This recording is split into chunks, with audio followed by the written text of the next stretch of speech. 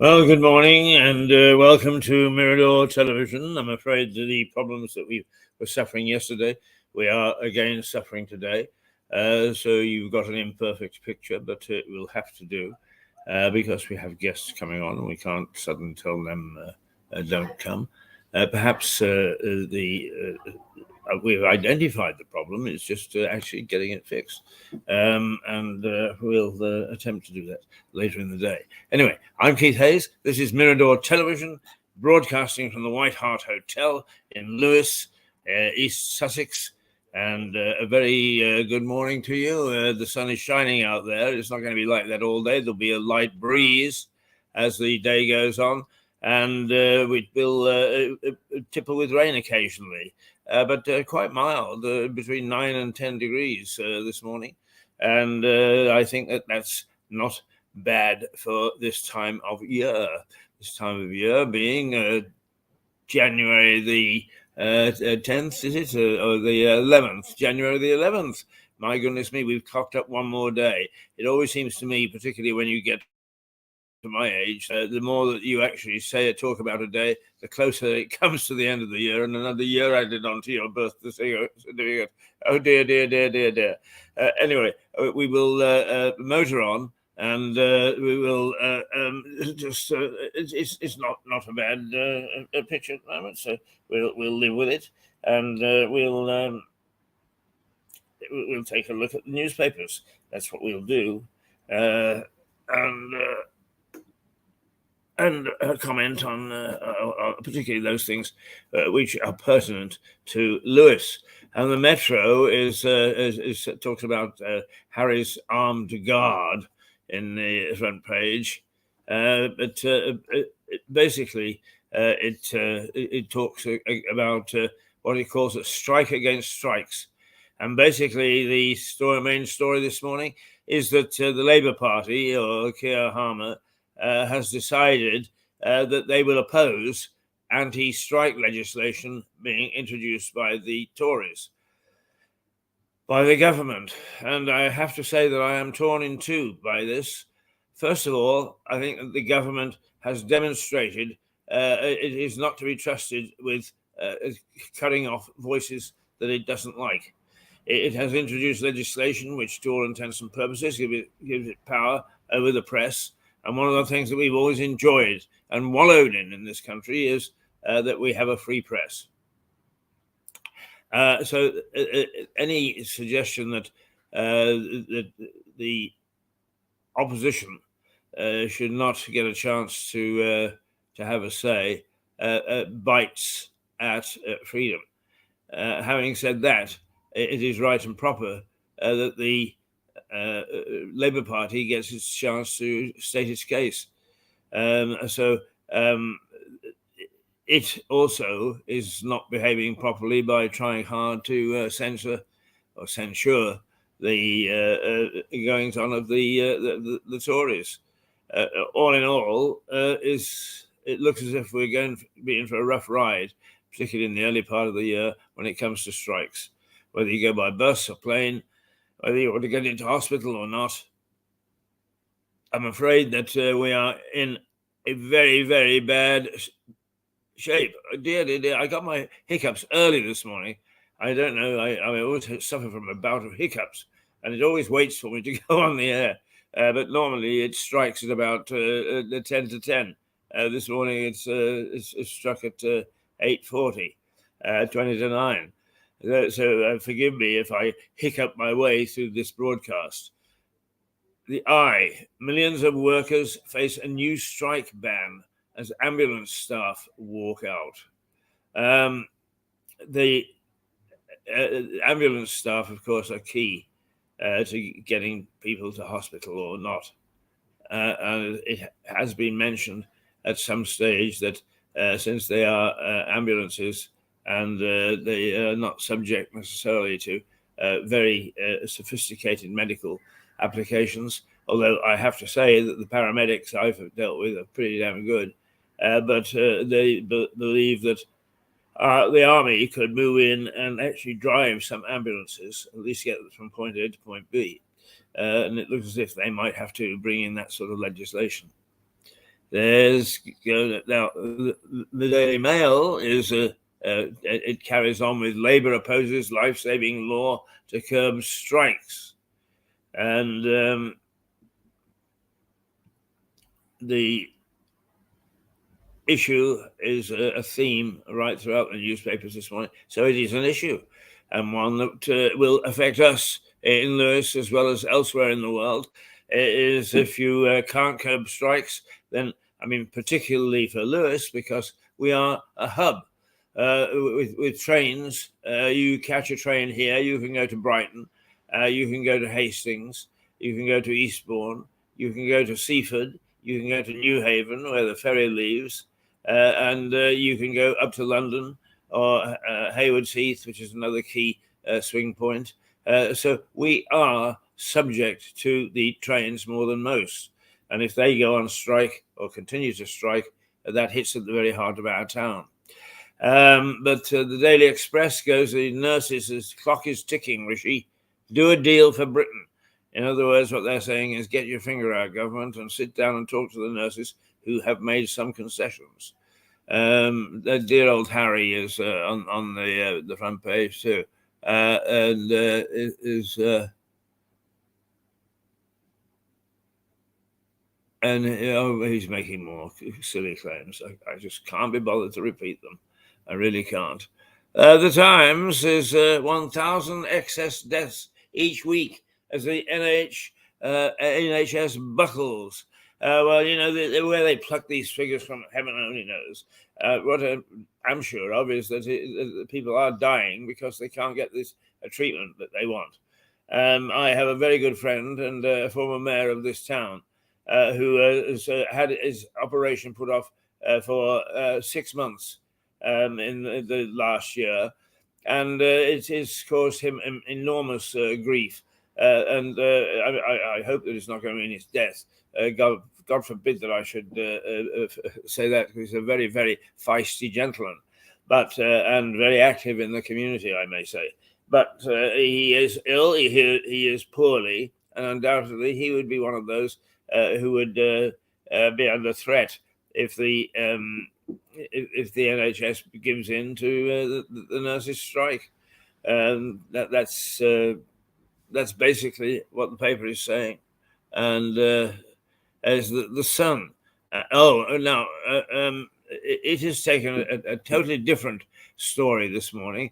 What it says is that a nuke plot was smashed at Heathrow, and the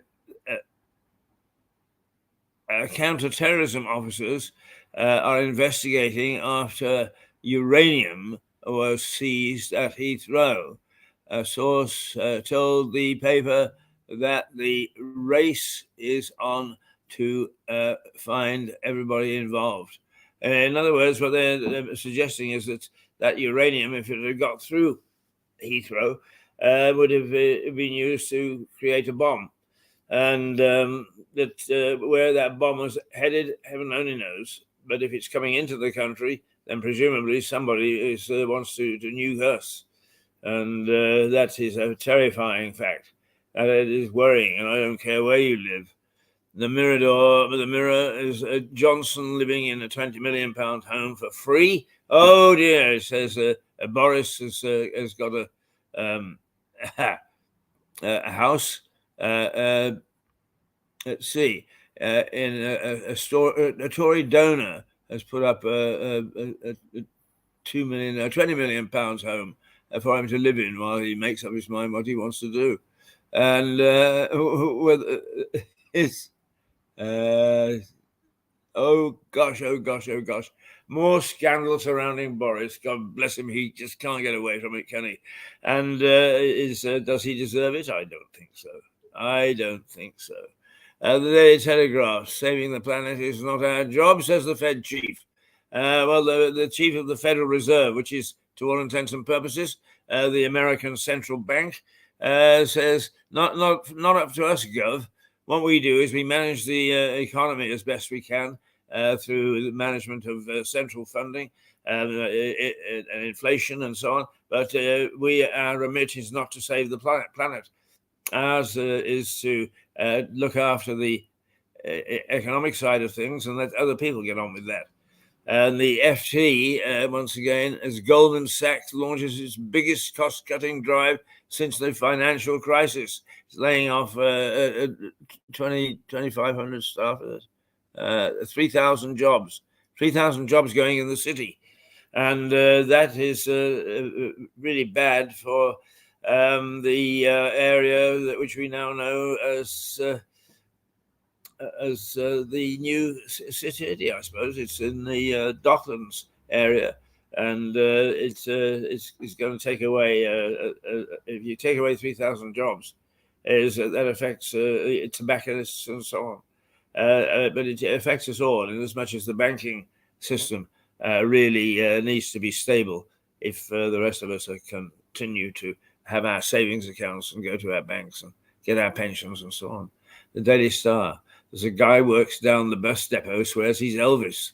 A ticket inspector quits and spends £10,000 redundancy money on becoming the king. He wants to be Elvis Presley and dresses like him and behaves like him. Whether he sings like him, who knows?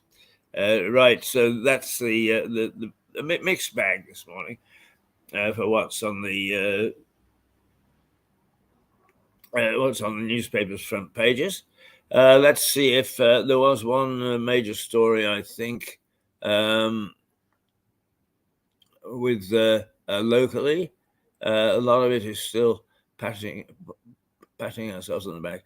There's a major roadblock that let's see. I think that this is in Horsham, if I'm not Shoreham. The A27 is blocked after a two-car crash near Shoreham, and that is the main local story. But I think there was one other that I spotted earlier.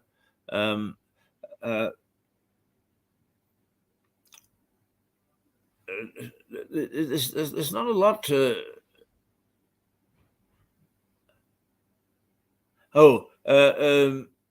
Right. Yes, there was a meteor that went over the sky last night, and it seems to have caught people a little bit unawares. But don't panic; it wasn't close enough to crash into Earth and cause a major crisis. But it did actually streak across the night sky. There you go. That's a roundup of the news, local, international. Although I must say that it's difficult for us from those few sources of information to know what's going on, for instance, in Ukraine and the rest of the world. And we'll perhaps try and see what is going on and see if there's anything there that affects us. I must say that I've met a number of people recently. I mean, I've spent time in Ukraine.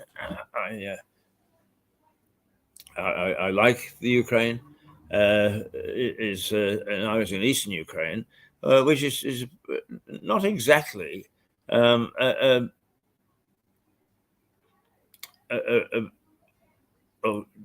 yeah, there we go. Not exactly the center of the world when it comes to sophistication of life and so on.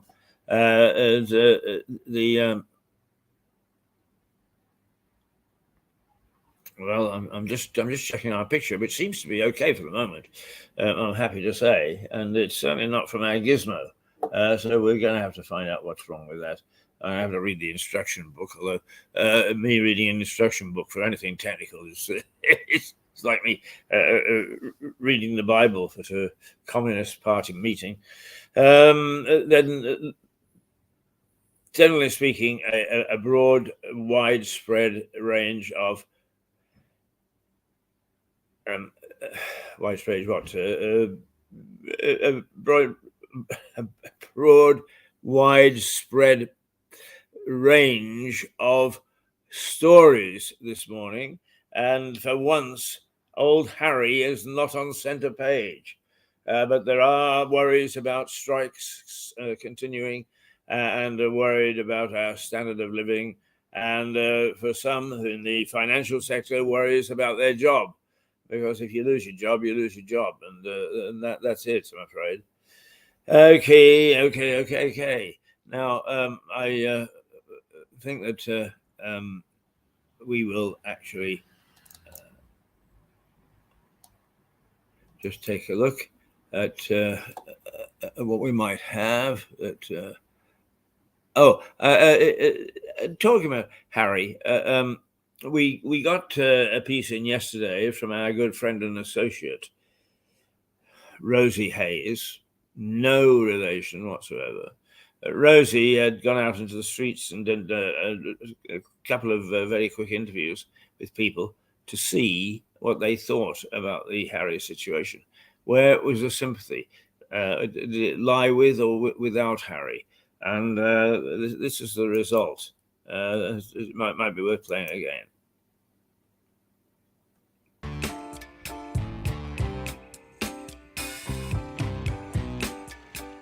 His comments are family issues that I think need to be resolved between and among family members and not in the public sphere. Any feelings about Harry? None whatsoever. I think he's making money for himself and his wife and his family. I can kind of understand that, but he's causing a bit of trouble by doing so. I think it is years of him struggling from the loss of his mother and never really dealing with grief. Is he fair in what he says about Prince William? It's hard to say. There's two sides to every story, and the truth lies in the middle. I'm actually very in support of Harry. I feel like he's been treated really badly, so I think if that's how he needs to deal with it, that's probably fine. He needs to be able to deal with it in a way that is beneficial for him, but overall I don't think you can put him down too hard. Should he come back here and live, do you reckon? I think, again, that's really up to him, to be honest. Would you like him back here? No view. No view.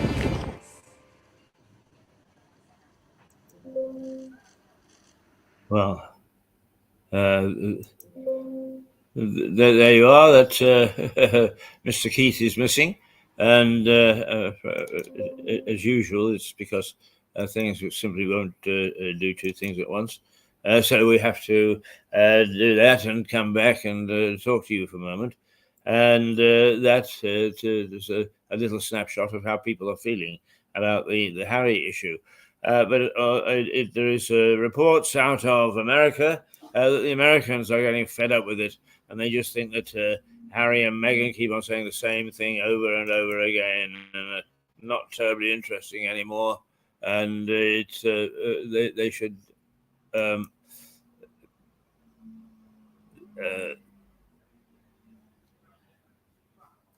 Sorry, I'm not very good at concentrating on two things at once.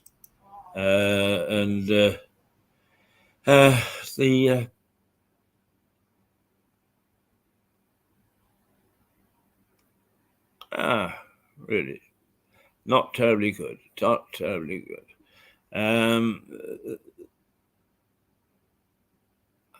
I think that. I better keep talking, just for a little while. I had better keep talking, just to see you through. It's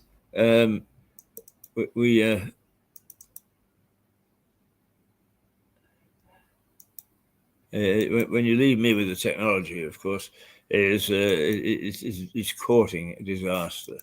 But it's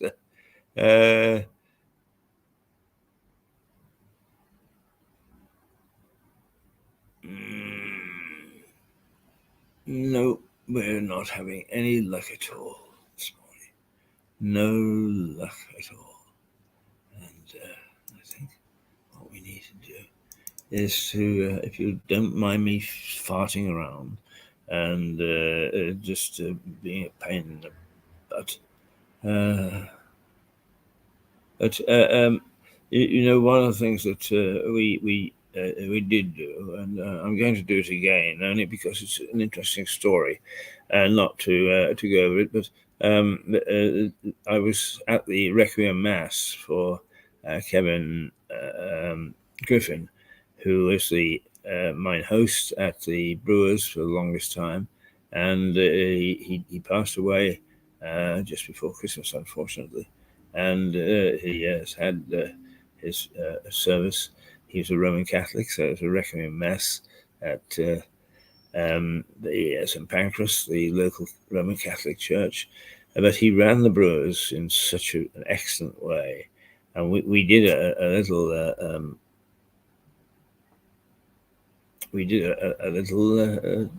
thing about the Brewers a couple of years ago. So we ran it as a tribute.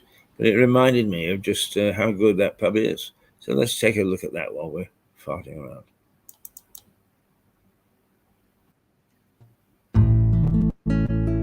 Lewes is known for its independence of spirit. Many attribute this independence to the fact that American revolutionary Tom Paine lived in the town. He lived and worked in this building, which was a former pub. Right next door is another ancient pub, the Brewers Arms, affectionately known in Lewes as just the Brewers. There has been a pub on this site since the 16th century. A list of landlords from 1744, when records began, hangs proudly on the wall. The present building was erected in 1905 on the original site of the old pub, called the Ship. The Ship was a pub that lived through a glorious drinking tradition in the town, when it was graced by 9 breweries and 63 drinking establishments. That number has now been reduced to 15, while the number of breweries is reduced to just 1. The much heralded and successful Harvey's Brewery, which is first recorded as producing beer in 1790. Many of those 63 pubs have now disappeared, or have been taken over by big pub chains or major brewers. Perhaps because the independent spirit of Tom Paine has permeated the building, or perhaps because the Brewers Arms is so very well managed, the pub has remained independent. Business heroes of Lewes are stamped with the brand Independent, and the Brewers fits that mould exactly. In 1994, Kevin Griffin took over the pub and has proudly continued the free house tradition ever since. That independence is not likely to disappear. Kevin's family now run the pub, and it is firmly established as a family-run drinking establishment. His attractive and charming daughter Kathy is usually the first person a customer sees as they come through the door. Her welcoming character and warm smile greets both locals and visitors who enter through that front door. Helping her at the beer pumps is her brother Liam, who co-manages the pub with his sibling. The pair have continued the inn's traditions as well as the excellent management style set by their father, to establish the Brewers as a firm town favourite. At the bar, tradition is maintained with a range of Harvey's beers, from bitter to winter warmers. But the spirit of independence flows through this lovely pub, and microbreweries are well supported. Exotically named breweries such as Burning Sky, Dark Star, Long Man and Hopback turn out ales with exotic labels such as Hop Smack, Hop Head and Summer Lightning. There are 2 bars. The front lounge bans the use of fruit machines, jukeboxes or television sets. We consider the family atmosphere the most important part of this pub. The front bar has no music, so it's very much for conversation and people meeting and chatting. It's a very good place for people watching, and I learn something every day, whether I want to or not. The back bar makes up for that with big screen TV, music and traditional games such as pool and darts. The esoteric Sussex game of Toads is also played here, and there is a team in the local league. Yeah, we feel it's important to have the 2 contrasting bars. It gives the customers a choice of what sort of atmosphere they'd like. This back bar tends to be the louder of the 2, which has the pool table, the television and the jukebox. The pub has a strong relationship with local sporting folk. Every Saturday, the Grass Bowls team piles in from the nearby greens to raise a glass to victory or drown their sorrows in defeat. Like the pub, the bowling club is unique. The greens are ancient, laid on the old castle tilting grounds, where knights in armour knocked one another off their horses with lances. The bowling people come in every Saturday morning when they've been playing at the old bowling green, which is the oldest in the country, and you can always tell whether they've won or lost from their faces before they even get to the bar. Over the years we've been headquarters for many different organisations. We have lots of sports teams, and also the Church Wardens of St Michael's used to meet here many years ago. Like most pubs, Sunday lunch is a favourite, and this bar is jammed with diners, regulars and occasional drinkers who drop in for the traditional English roast and a pint. Yes, the Brewers is a very special pub. It's independent, it's family run, it's steeped in tradition, and it has great food and drink. I've been coming here for years. In fact, I predate Kathy and her family as a regular. With the good food, good service and good company on offer, I think I shall be a regular for a good few more years to come. Keith Hayes, South Downs Television, The Brewers.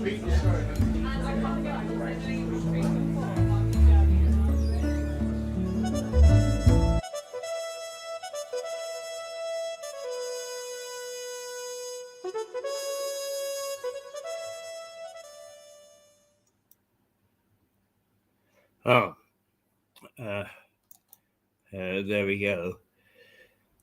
Sad, but nonetheless, the new generation have taken over and are trying hard to keep up the standards set by Griffin Senior and Kevin, and we try hard to give it the same custom that we did. All right. Now, one thing that I hope that I can now get down is the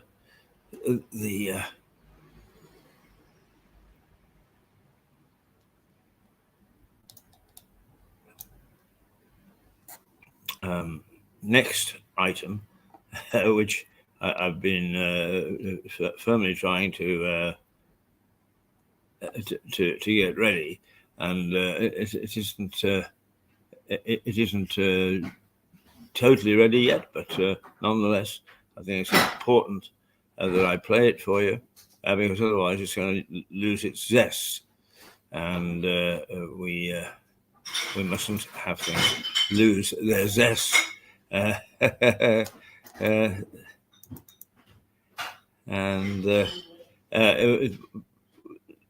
me just fill you in on this.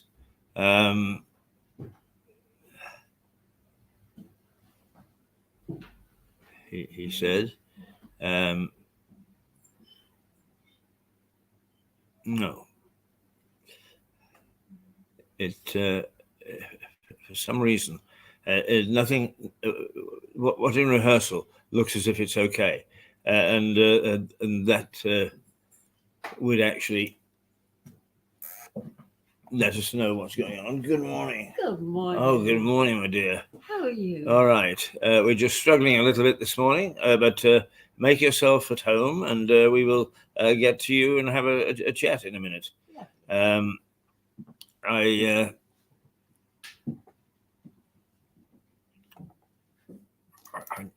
don't think that it's on this. It's just crazy, absolutely crazy. I cannot and will not understand this thing at all.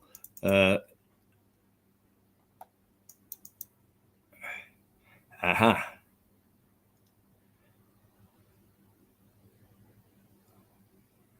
Carols of Christmas. Here we go. I've found it.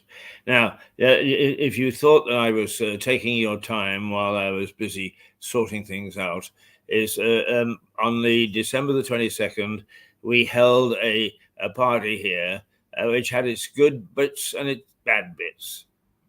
Its good bits are that it was a magic evening, absolutely magic evening. Wonderful choir, a lovely guest list, and everything in the farm was bellowing. But what was a bit naughty is the great and the good were invited, and apart from 3 of them out of say 20, only the three had the courtesy to send a little note saying, sorry, we can't come. The rest are so far up their own bloody arses, and they cannot behave in a civilized fashion. And why we should have them our leaders or give them any respect is quite beyond me. Quite beyond me. They do not understand the role. All they're tied up with is politics. It is time to do away with politics from our local government. Get rid of it. Let us have on the ballot paper no political party, because it is getting crazy that they are so involved in pursuing their party interest that they've forgotten that they're supposed to represent the town. I think if you belong to a political party, you should disqualify yourself from becoming a town councillor. You're a shower in the main. I'm generalizing, of course. There are one or two half-decent ones, but it's only one or two. Most of them are just shameful and set poor standards for society. And if that's the case, they shouldn't be there. Or if they are, keep their mouth shut and their face out of the thing. Anyway, we had a marvelous Christmas party, and here it is, hopefully. From the Paddock Singers in the Wine Park Hotel, and you're the musical director for the group. When did it all start? Actually, the choir was formed.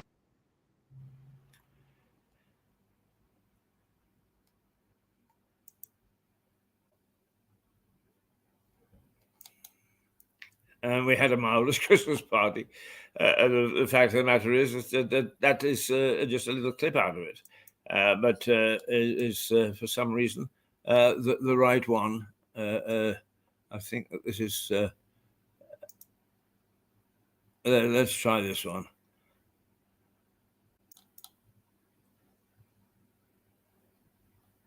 There we go.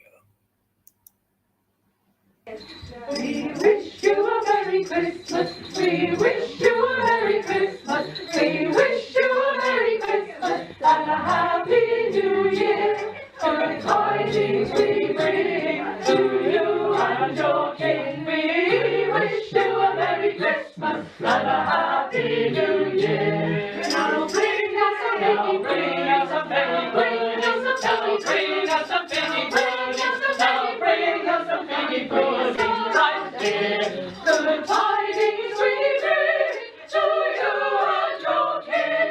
We wish you a Merry Christmas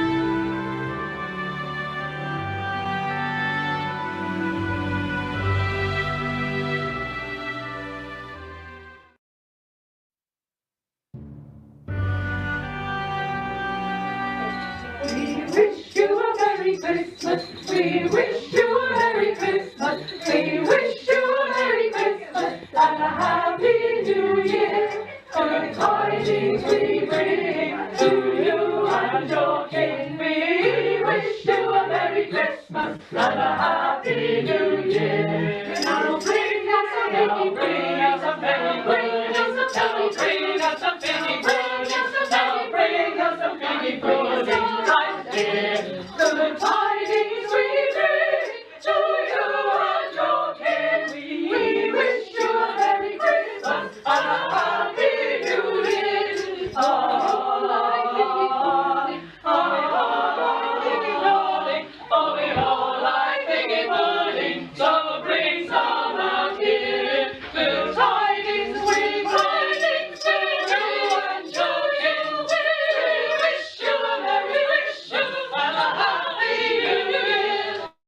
We wish you a Merry Christmas and a Happy New Year.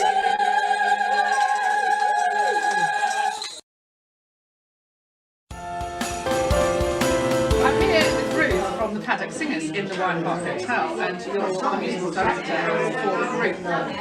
When did it all start? Actually, the choir was formed out of a community opera that was done in 2007 called The Finished Prisoner by Orlando Goff, which was actually a really brilliant event, and the sort of joy that brought to the people that took part in it meant that they wanted it to carry on beyond the performance. So in fact they formed the Paddock Singers back then. I wasn't involved in it back then, but I took over in 2011, and yeah, it's gone from strength to strength to strength. So now I've got about 40 members. Where do you meet? We meet in Church and Lewis once a week, and this is a big time of year. Lots of Merry Christmas, we wish you a Merry Christmas, we wish you a Merry Christmas and a Happy New Year. Good tidings we bring to you and your king. We wish you a Merry Christmas and a Happy New Year. Brilliant. There's some excellent sopranos in that choir. Definitely. Brilliant. It's good to hear women, well, and men, all kinds of choirs, but it's great to hear people who are very harmonious. Really good. I mean, some of those notes I could never hit. I'm in a choir too. No way. I enjoyed it. It's been wonderful, and I hope they come back and sing some more. I'm having an absolutely lovely time. I think it was so good, really so good that Keith could organise this, and the choir was lovely, the party atmosphere is lovely, the choirs. It's a lovely, lovely. Wonderful choir.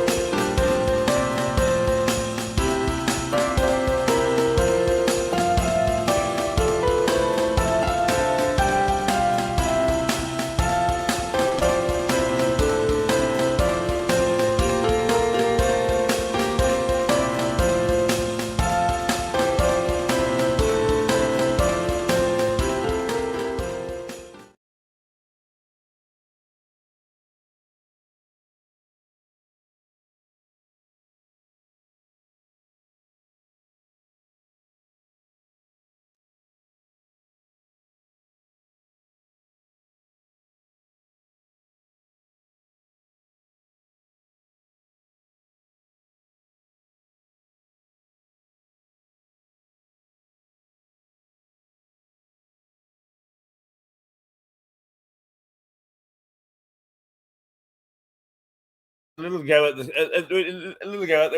had the mic turned off. But mind you, they've got somebody down there that can lip read. Oh, really? Oh, well, that's very handy. Can they hear us now? Well, we were just saying that it was a magic night, magic moments, and Liza was there along with many other important people, famous people. And, it's funny, but this lady hides her light under a bushel. She's a very famous singer in her day, sang with the John Barry Seven. And they was eventually. A long time ago. Well, time passes, but it? this program is normally called the young and the old. And I'm the old, so sitting next to me is the spring chicken. And she's going to bring the young point of view in this morning, because this little program is to do with the alternative voice, the things that are not heard in the mainstream media. They are heard on channels such as David Icke's, and other broadcasters who believe that it is important that we hear all sides of the story. You just heard me ranting about the local council, and it is important that we are given a chance to express our views. But the sort of views that Liza looks at very carefully, reads voraciously, listens and talks to people, the views that quite often the establishment tried to stop. And that's not good enough. But this morning, Liza, I thought that just to kick off and then give you full rein is that I notice that China is getting very bellicose and really getting very, very naughty in the Far East. Yes, well, the thing was, they laid off 10,000 workers, worked in a factory, something to do with the shots. And 10,000, that's an awful lot of people. So they were cutting up rough about it. And I think they're going to continue because they got results last time. You know, he opened up the place, didn't he? Ping Pong, whatever his name is. And I think... Oh, I love that. I've got my names for all various things. Ping Pong. That's what he will be on this program forevermore. Ping Pong. Yeah, we can only do that at our age. You can't do that when you're young. You have to have the memory for the names. But in fact, actually, in China, because I know that you follow this very carefully, it is the young that's kicking up. Exactly, and that is fantastic. Oh, I wish it would happen here. I tell you, but the young, they just don't seem to understand. You know, they're on these smartphones all the time with your stupid old TikTok, which is owned by China. You know, we've got all these. Everything is smart on your smartphone. Your smart meters at home, the smart cars, the smart cities that they are building, and people. They just don't know how terribly, terribly dangerous it all is. Yes. Because all these companies, these smart companies, are owned by the Chinese. So as for our meters in our homes, anytime they want to pull the plug and put the place in darkness for however long they want, they can do it. Throw civil society into absolute confusion. Totally. I mean, but you see, China is the blueprint for what they want to bring in here. Right. With this new world order, which they have been planning for many, many years, Keith. Yes. And No, Sybil, you're Liza, sorry. That's my pet name for her, Sybil. Only if you're allowed to call her that, and I'm one. Now, we do, all of us, fall into a trap of using little terms and acronyms and so on and so forth. So tell me, because I keep on hearing about the world order, and I think, yes, I understand, and then somebody else says the world order, and I don't understand, and so on. What is the new world order? The order that you actually are worried about and are fighting against? Terribly. Yeah. Terribly Right. worried. Well, now explain to us what is The new world order. Is no money, this point system, the way they have in China. If When you say a point system, is instead of me having a quid in my pocket to buy half a glass of beer, I would have what? You will have a point system. But on what? On a stick or a piece of paper or? I suppose on a telephone or something like that. Right. But there will be no money. There might be sort of, you know, a few coppers in your for sweets for children, you know, but very, very limited. And they will know how many pints you are ordering, what sort of drinks you are ordering, absolutely every single thing you do. And whatever they disapprove of, and should you be talking like this to me, you will lose many points, many points. We will not be able to hold a conversation about the government in any shape or form. And then when eventually you don't have any points, You can't go into a shop to buy food. Uh-huh. You can't exist. You see, they're cutting down. The main thing is the eugenics. They want to cut the human race down to, I think it's just a few billion. Right, now no you more. say they. Who are they? These are these world leaders. Now then, these world leaders, they started training them, the young ones, about 20 years ago when something came in called common purpose. And you would hear politicians talking, yes, the common purpose, the common purpose. These were organized in pounds to join, and maybe if you were working for a firm, they might pay that money to go. And people were brainwashed, their whole way of thinking changed. You would hear people saying, but my husband, he's not the man he was. You know, he's taciturn, he's forceful, he's plain nasty. Marriages broke up and people's whole thing was dictatorial. No, this is the way things will be. Terrifying people, you know? Yeah. I mean, this was a small thing. I had a lovely couple of friends that they worked at the town hall every Tuesday. They had a stall. They were elderly couple. And he was from the military and getting on for 90, the pair of them. They didn't make any money out of their little bits and pieces. You know, it was mainly a social thing, and they would wind up giving them. Suddenly, a team of people charged in there of women came over and said, that money that you make here should be given to charity. You shouldn't be here making money. Oh, well, they were terrified. Absolutely terrified. And they came from one of the charity shops, actually. And that was just a little small bit. I thought, this is very interesting. Now then, this common purpose lot, they did clamp down on them and ran them out of Britain, supposedly. But they went to Canada. And they are still very much around. And you will find that the woman in New Zealand, the Arden, she was common purpose. The guy, Trudeau, in Canada is common purpose. These are people that trained, specifically trained for this one world order when it comes. And they work to orders from the much, much higher up. All right. So how close is are these figures, let's call them that for the moment, to establishing this new order? How close are they? Yeah. Very close. They say they'll have it all in place by 2030. I think they'll have it by 25 if we don't stop it. All right. Okay. Main thing, because once they take away the money, Keith, we're finished. They have no chance at all. Right. In other and words, they're constantly talking about that. Mm-hmm.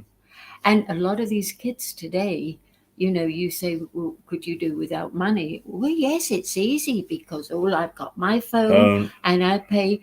And a lot of them, I mean, if they're dealing in cash, they can't count their change. The arithmetic's so bad. Yeah. No, so all this, you know, is it's all done on the catering for them. Yeah. So all you got to do is tinker with the phone system, and I pay £1 for something, and I expect 90p back in the credits. And if they give me 50p back, I wouldn't know. Yes, exactly. Yeah. No, that's a bit frightening. No, that is a bit frightening. It's absolutely petrifying. And then you would talk to people, yes, we know, well, they know everything about us already, don't they? Yes, I'm very sure they do.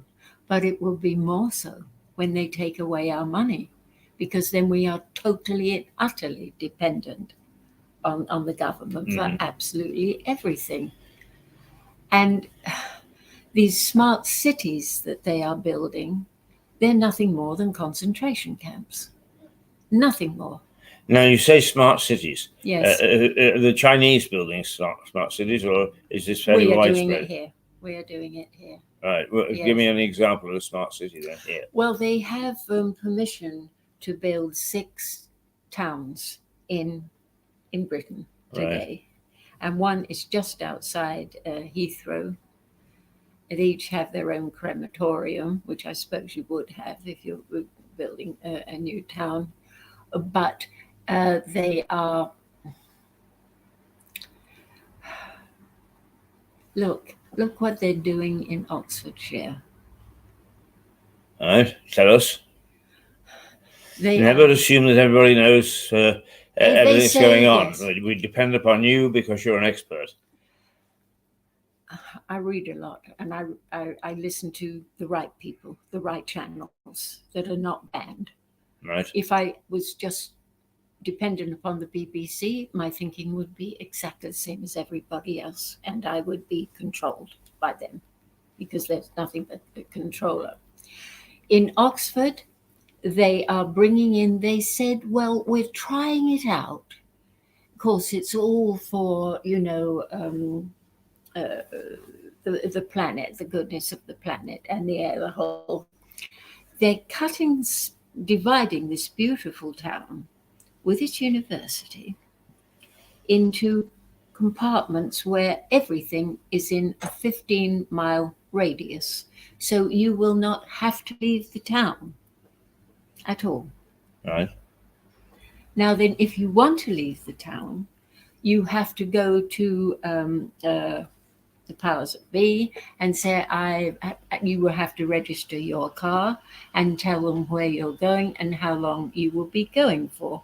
And you will be allowed 100 hours a year to leave Oxford.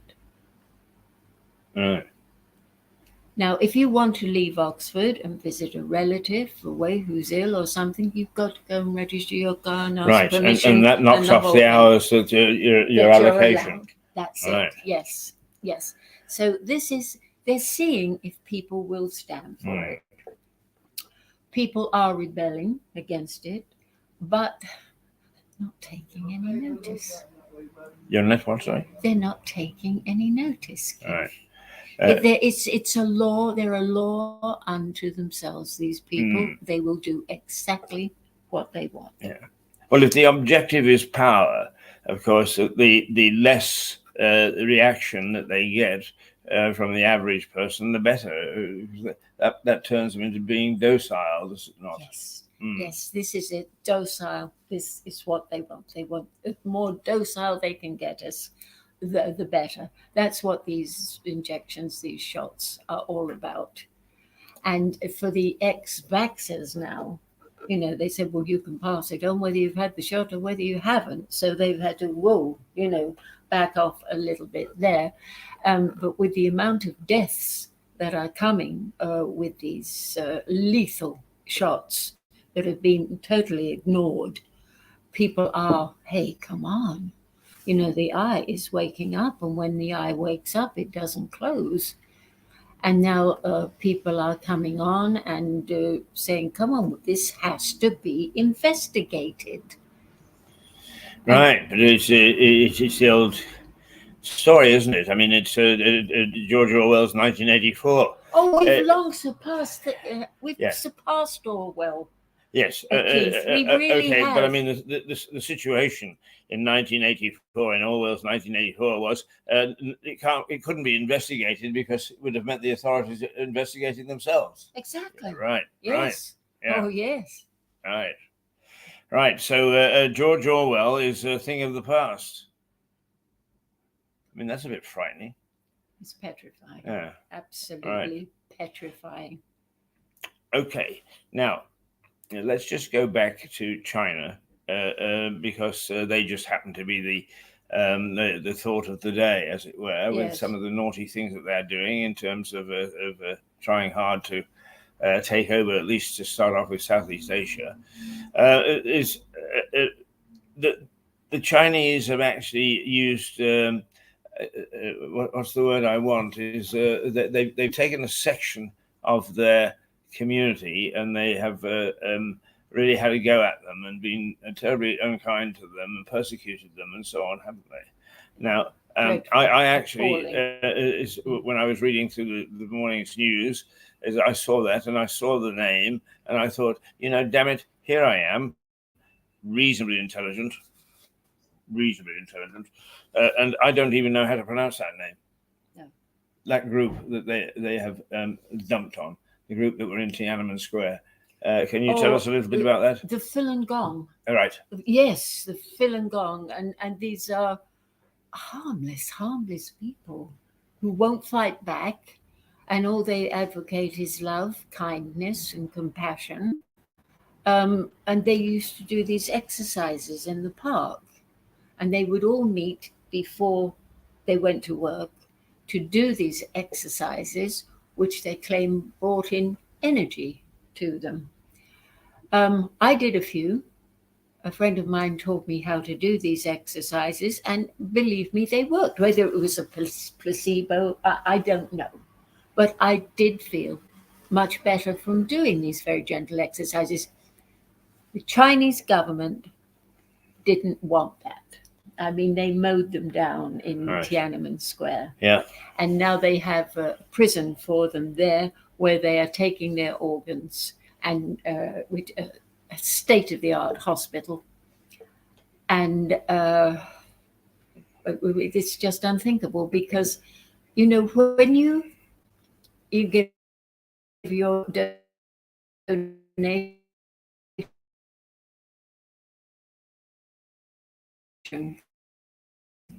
when they take them. These people, these poor Falun Gong people that are in prison, they're taking their organs while they're alive and making a fortune. Right. And for instance, if I needed a new pancreas and I had a great deal of money, say £60,000 or something, I would get in touch with them and say, I'm coming in 3 weeks. Right, you come in 3 weeks, you get your organ, you ask no questions where you get it from, and this hospital will take very good care of you while you are adjusting to. But that sounds to me a little bit as if it falls under the old capitalist communist divide. Is there any relationship or relativity to that? Well, I mean, Hitler was doing it, wasn't he? I mean, Yeah, he was pretty much everything.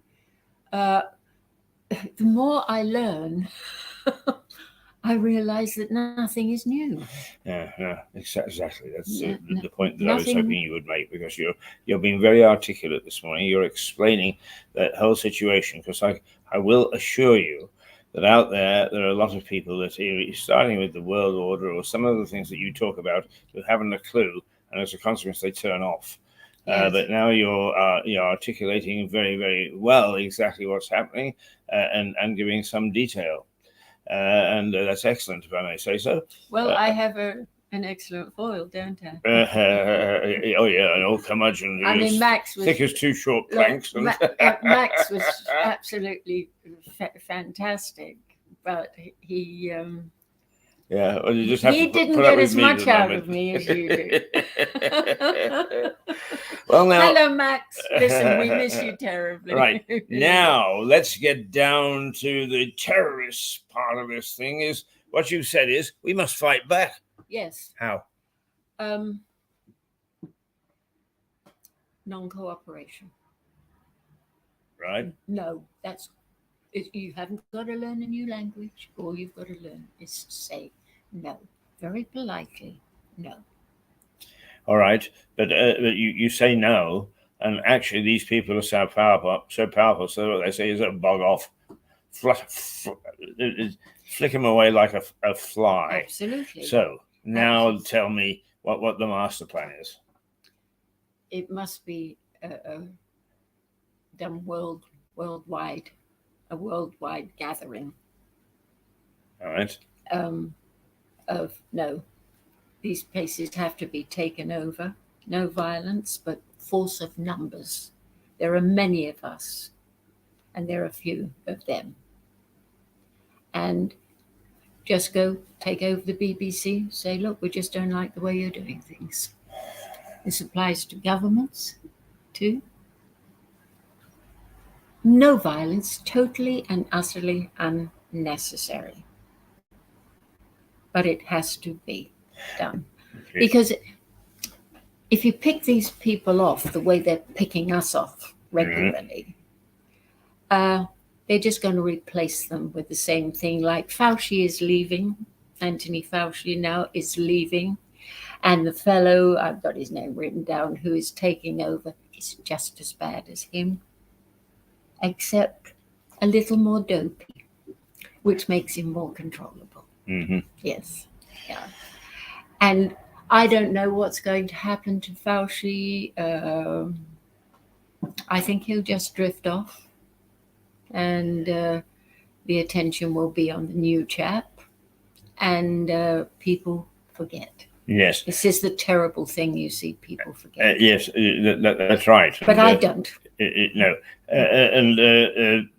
But actually, you do deal and you read, and in fact, your programs, which you do independently of Mirador, let me just explain that Liza has her own production company, and while she is a part of Mirador, and I'm happy that she is, as a presenter and a reporter and a commentator, she also has her own company, which makes various programs, and we are hopeful that those programs will reach the level of David Icke, who has a network that goes global. At the moment, as you say to me, and sometimes I think that you're looking at me and saying, for God's sake, Keith, do something, but you're on a very small operation called Mirador Television. But you've got to go further than that. And if you're going to go further, there has got to be a focal point. Now, is that focal point the people that you know at the moment are running these various stations and writing books and so on? I mean, it's the Arnold, isn't it? Who's the author? Cole. Coleman. Vernon Vernon Coleman. Coleman. Yeah. Fantastic man. Yeah. Oh, brilliant. I mean, please, I beg of you, get his books. I mean, well, I've got 2 or 3 of them. They're on the net. You can buy them very, very easily. They're very inexpensive, and he's been banned all over the place. So is my darling David Icke. I mean, I tell you, you've really got to follow David Icke. If you're having trouble reading his books, but they're easy enough to read. If you're having trouble, then watch everything that you can find of him on the internet there, and subscribe to the Icke Alternative. They give you 2 weeks free before you have to pay a little money. It's pennies to join for the year. Believe me, absolute pennies, and you will never find a better channel today. These young kids, they're 45 years of age. They're David's sons, but they are brilliant, and the effort, the work, and they talk about raising, their little babies and things like that. You learn so much from them, and they're so dedicated and highly intelligent young people. So I fully recommend that you. But David, I've been studying David Icke for the last 30 years, and I'm his disciple. He didn't like me saying that. He doesn't want disciples. But he's got one, whether he likes it or not. I really suggest that you follow him, because I want to tell you something. He is all we have got. This man has been banned from 28 countries. Wow, that's a good. Oh, I wish I could match that record. I'd love to be banned from a few countries, but now that shows how frightened they are of him. Now, one of the ways that you actually stop a message to get through is by making the messenger look as if they're idiots or don't know what they're doing, or they're mad, or they're drunk, or whatever. And actually, is my knowledge of David Icke is that the establishment have tried that, have they not? Oh, have they? Yes. Oh, yes. Yes, indeed. Yes. Yes, they said he was mad and ridiculed him for a long, long time. And then they started with the Terry Wogan show many years ago when he was a young man. He was working for the BBC. He was a hotshot football player, goalie, very, very talented young boy. And woke up one morning with chronic arthritis, and that really put pay to his career there. Then he got a job on a newspaper as a newspaper reporter, small paper, and from there he went to the BBC as a sports commentator. He didn't like the BBC for all the obvious reasons. But he had this incredibly, and all these books kept falling on the floor wherever he went. These offbeat books and that. And then he said the voices were talking to him in the hotel suite there. And he said, listen, you bastards. He said, come on, give me the message, He said, I know you're there. Something's here. He said, and you're driving me bloody crazy. Nothing happened. He went to a medium who did the hands-on healing for his arthritis. She didn't know who he was or what, still BBC, whatever. Her name was Shine, yeah. And she stood there, she said, whoa. She said, listen, I've got to sit down for this one. This is powerful. And she said, I have a message coming through. She said, they want you to do something, but I can't figure out what it is. She said, but no, believe me, this is very, very important. So, okay, getting messages about me. What is this? He went back to her again. And she said, as soon as you came in, she said, boom, they're on me. Okay. Suddenly, he took it like this.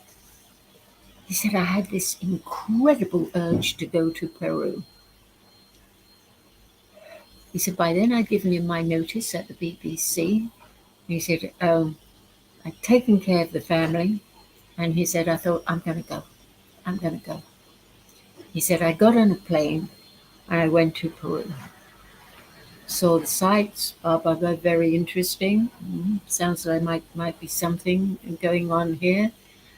And he said, I was getting ready to come back, somewhat disappointed.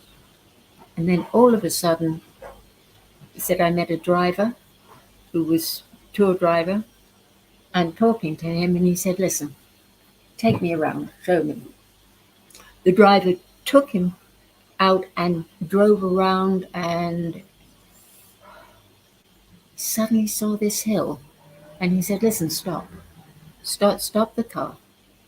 He said, I got out and I went to this hill.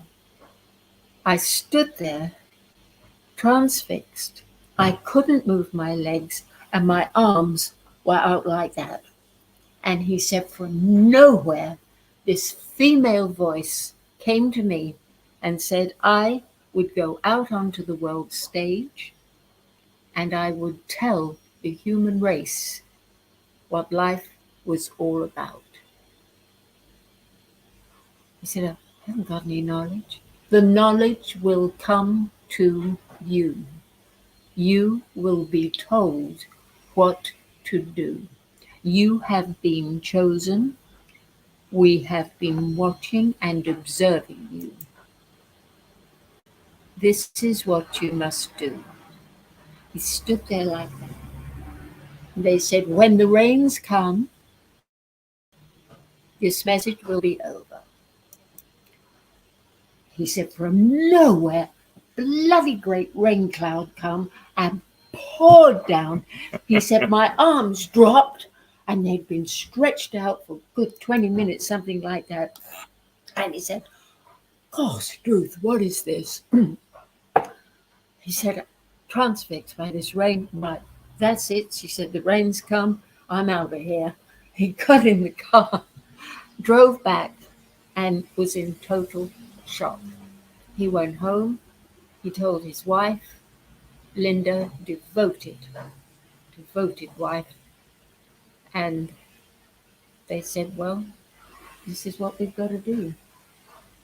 And he said the knowledge came with the books falling off the mats and things like that. And he went on the Terry Wogan show and told this. And Terry behaved very, very bad.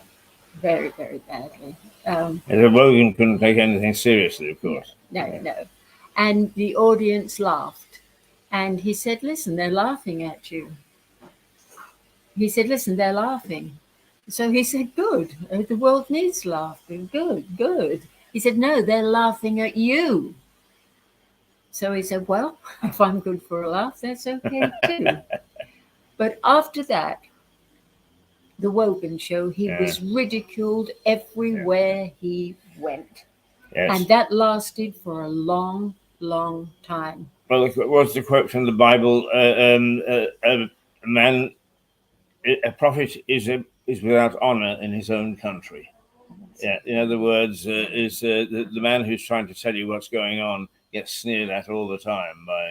It sounds to me as if because I'm aware of David Icke, obviously, because who isn't? But I don't know the detail, and you do. Now, I'm going to ask you to just keep chattering away for a minute or two, because hopefully we have got a guest for you to talk to, but I just have to find out whether, in fact, we managed to made contact. So chat away, and I know you're a real chatterbox. You see this here. This is where she burns it almost on a daily basis.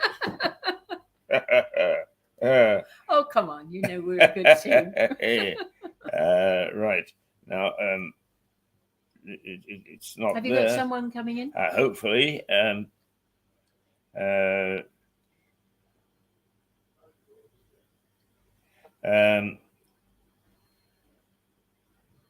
Yeah, it's not there. So I'll try again in a little while. Oh, here we go. Right.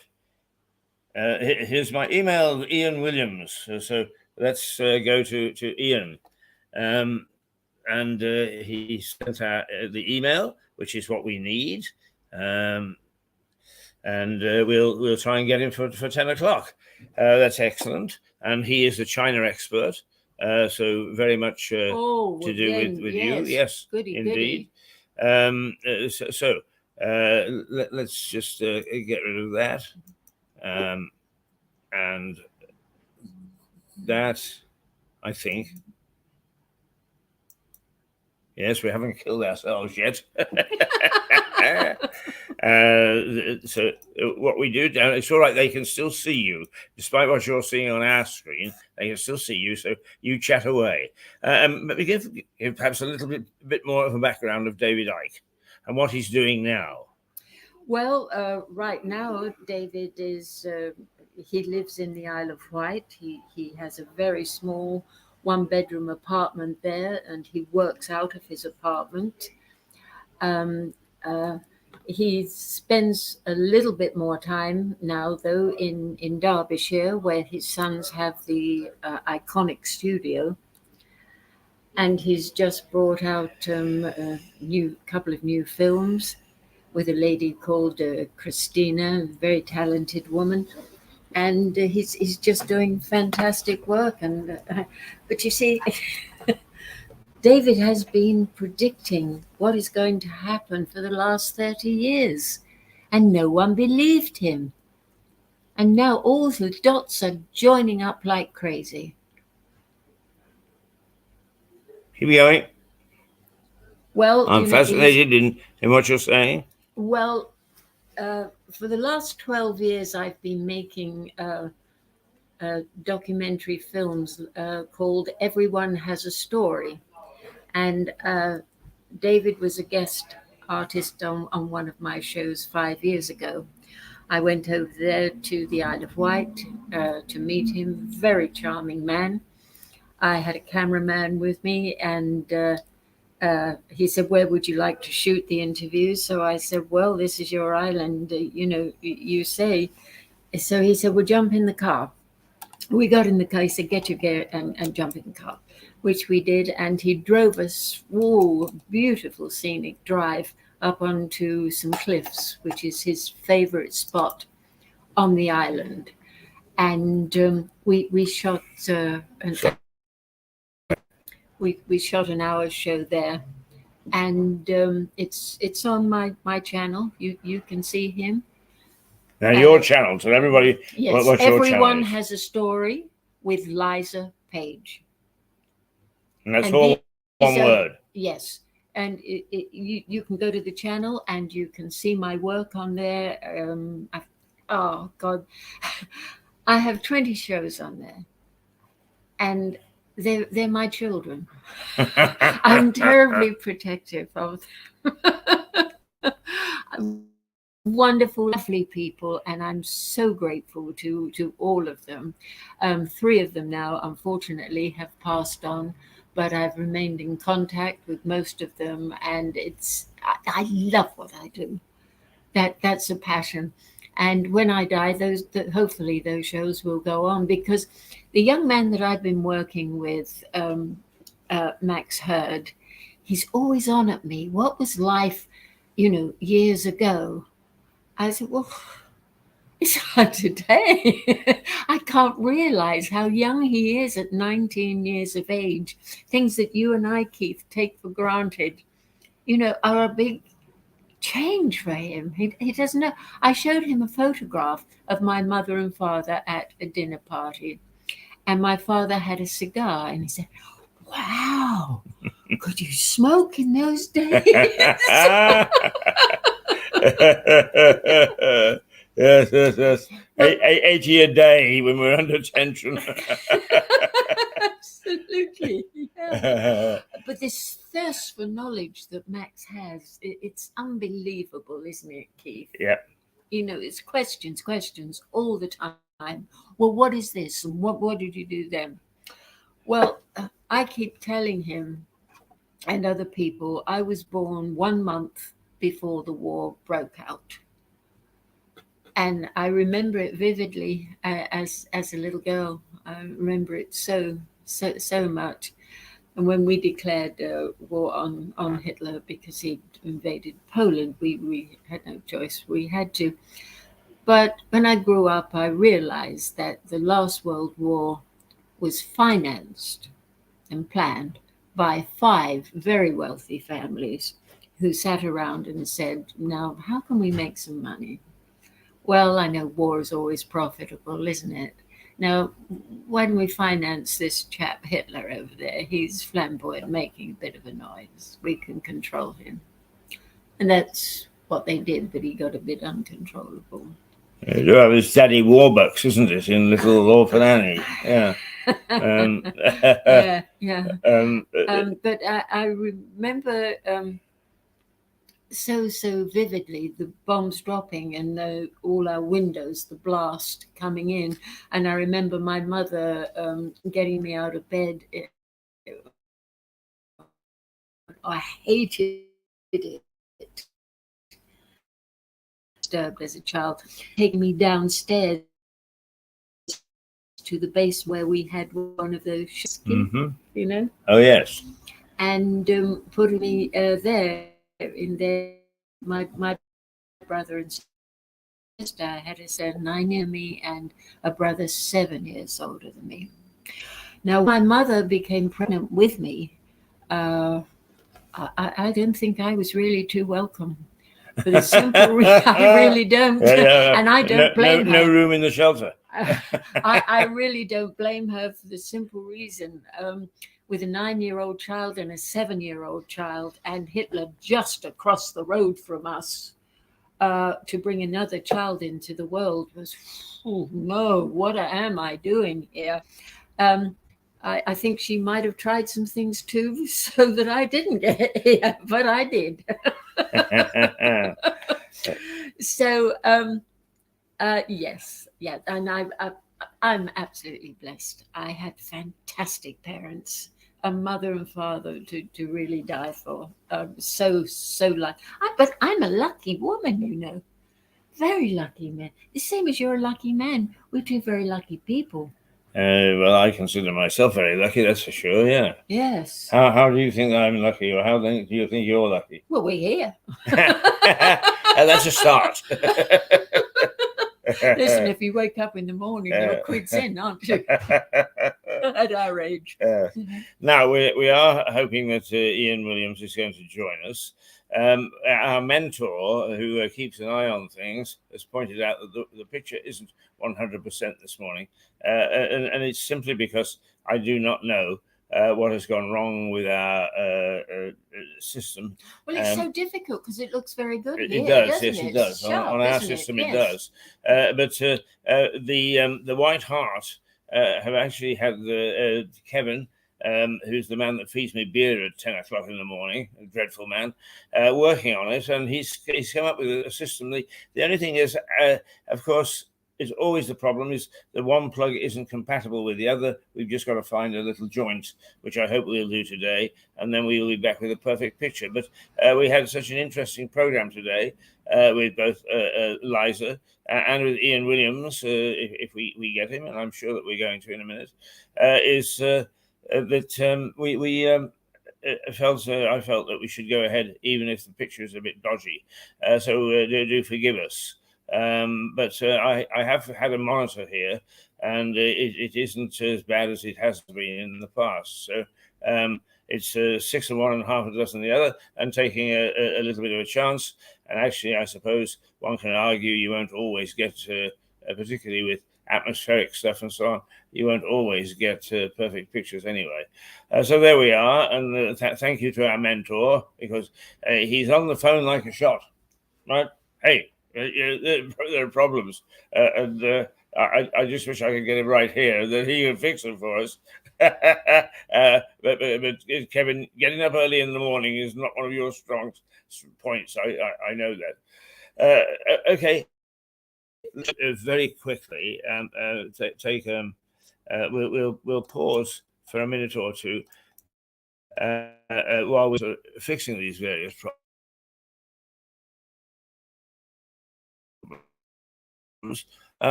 What we've got here, the problem, is the art show, and this is an interview with Sarah Fitch-Hayes. Oh, I know Sarah very well. She's a lovely girl. You're going to New York with her next year, aren't you? This year we hope. This year, yes. That's not yes. used to it. You'd say. Right, so let's just take a look at her for a minute or two, and then we'll fiddle with the gubbins and see if we can get everything back on track. Uncular today. There you go. I may be asked to play Father Christmas. Nobody's asked me yet. I'm very disappointed. Oh, your name's on the list, I'm sure. I'm glad that you can give me this assurance. It makes me feel much happier. Sarah Fitch-Hayes and myself talking art as usual. She knows all about it. I know absolutely nothing, which is a good way to be. What did we doing this last week with the oils? Oh, I've been very, very busy. Very busy. Right. Okay, tell all then. Tell all. My voice is gone, so I've got a bit of a cold. So I have to look at my huskiness. Do I sound sexy? Well, I bet your husband's pleased about that.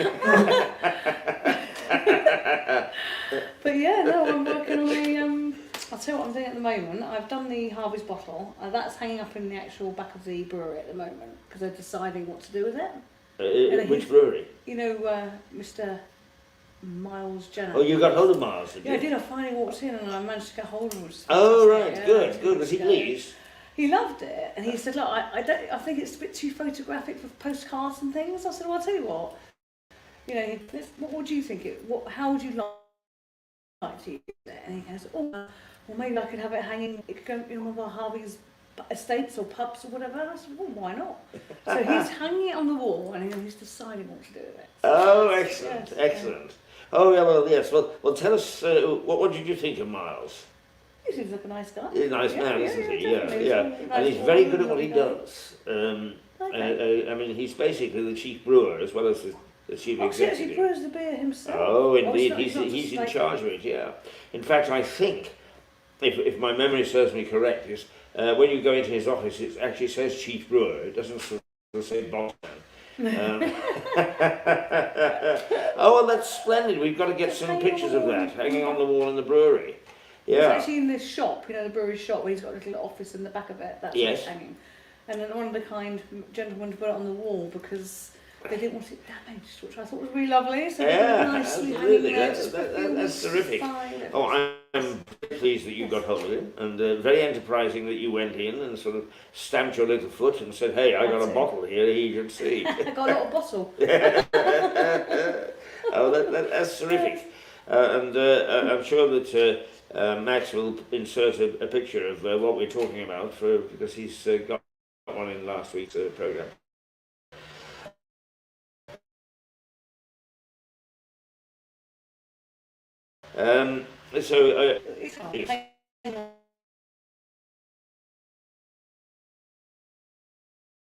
Well, I've got 4 or 5 other bottles. I'm going to choose 4 or 3 out of them, and I'm going to do a series of postcards. I'm still going to roll with that because I think once I get the colours behind it, the pop arty pastel colours behind each painting, I think he'll roll with that for next year. Oh, that's good. Yeah. And do a calendar. He was saying the idea of calendars. I said, well, I could easily, design a calendar. That's do 12 bottles for each month. Oh, smashing! Some more commissions, Mike. Well, who knows? You've got to be able to win it. That's excellent. Yeah, is popping the bottle in is. I've always got an update. I have sold 4 paintings from the gallery. Oh, right. And tell us all about that as well. We did it the last view, but I sold some what? Print.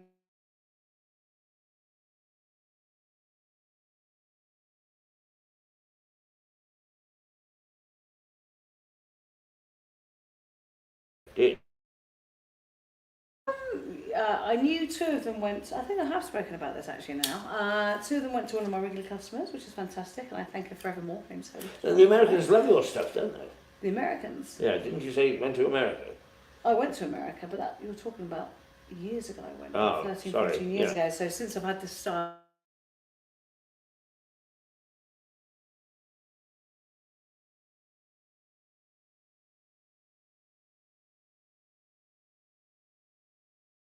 I haven't been to the States.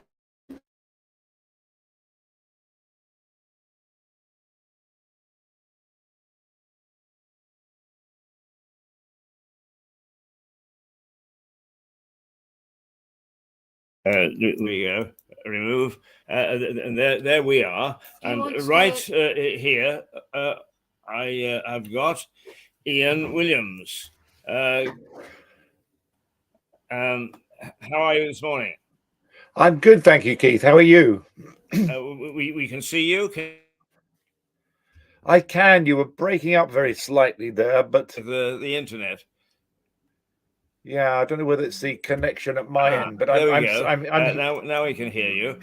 Yeah.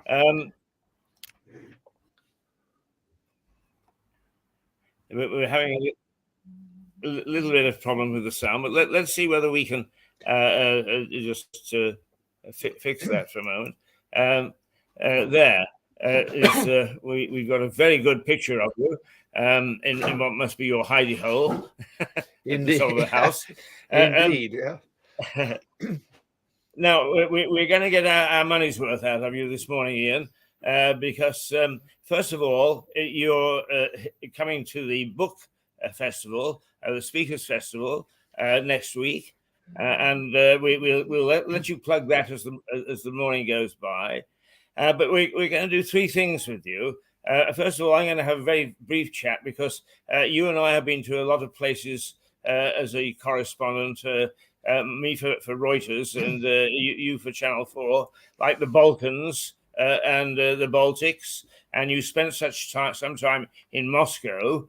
And for my sins, I started Russia Today television. So we've had a lot in common. And sitting to my right, as you will see, is Liza Page. Liza is very much the alternative view. And you are an expert on Southeast Asia and what's happening in China. And in fact, your talk is going to be beware the saber rattling of the Chinese. And she is concerned with the domestic things too. So she would like to ask you a couple of questions. And then eventually we're going to have, he's wandering around at the moment getting his coffee, is Stuart Dolby, who is a former Financial Times expert who spent a lot of time in Vietnam and Northern Ireland for that matter, but he also knows more about Southeast Asia. Strangely enough, apart from Hong Kong, Southeast Asia is one of the areas that I'm not an expert in. So I do warn you, you're in for a bit of a grilling this morning, and to fill us in on the things which we like to think that we're a bit of an alternative television station because we talk about things that most people don't know. And we take some time over it. You're not going to be only given 3.5 minutes. Right. I'm ready for you. So, right. First of all, just give us a very brief background so that we our viewers know that they're talking to an expert, a man who's traveled, and a broadcaster of some considerable note. I worked for Channel 4 News out in Asia and the Far East for the best part of 20 odd years. I was foreign correspondent for Channel 4 News, first of all in Moscow, before moving to Hong Kong and then Bangkok. I then joined NBC, the American network, for whom I covered the Far East as well as China, and found myself migrating mainly between our bureaus in Thailand and in China. Since leaving NBC in 2016, I've written 4 books now, a couple of novels about cyber skullduggery, one of which has a strong China theme, and 2 non-fiction books, the first of which I spoke about in Lewis last year, Every Breath You Take, China's New Tyranny, about the surveillance state and how that operates. And the new book, The Fire of the Dragon, China's New Cold War, is very much a follow-up to that. It picks up on a number of the themes, but looks more at China's behavior in the world and why we need to be extremely wary about that. Right, Ian, I'm sorry we lost the connection with you for a moment, so we didn't actually, but I think the viewers got it all. You will see lurking in the background Stuart Dolby, who we'll bring in place of Liza. But Liza is particularly concerned with what's happening domestically in Right. China. And you actually are making something of that in your talk. That's right. I mean, I was looking at the way that Xi Jinping's rule in China has been underpinned by the development of a quite chilling set of technologies, which I describe as the surveillance state, and the degree of control, both of the internet, the degree of surveillance through cameras and all sorts of other means, which make this quite a sort of unique form of authoritarianism, and the way this is very much crucial to his rule. Well, that's very much your song, Liza. Ian, very, very nice to talk to you. Would you agree that China is the blueprint for what they want with this new world order for us?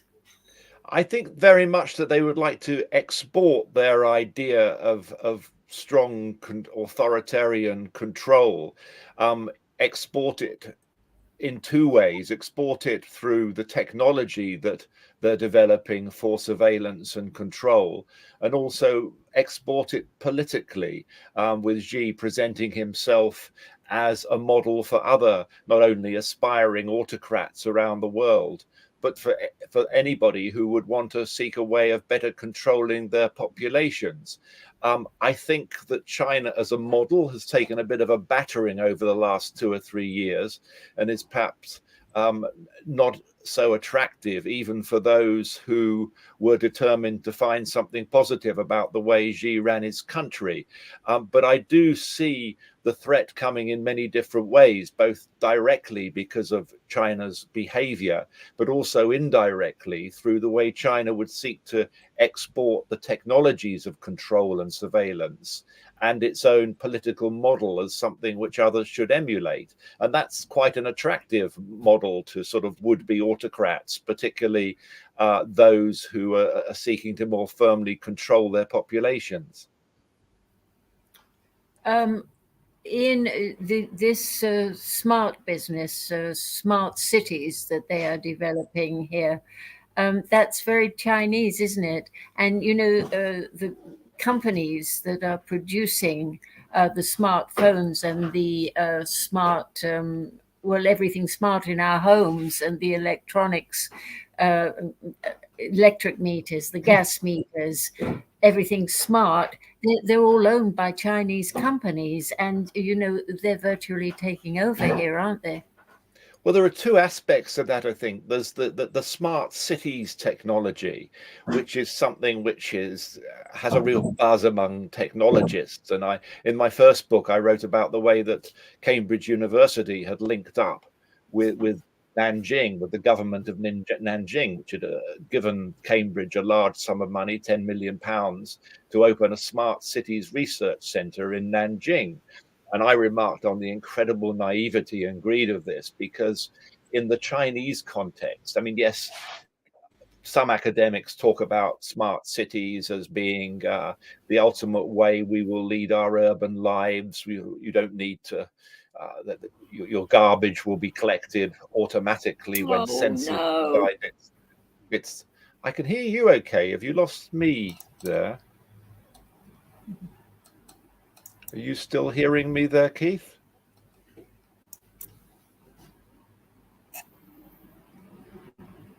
Right.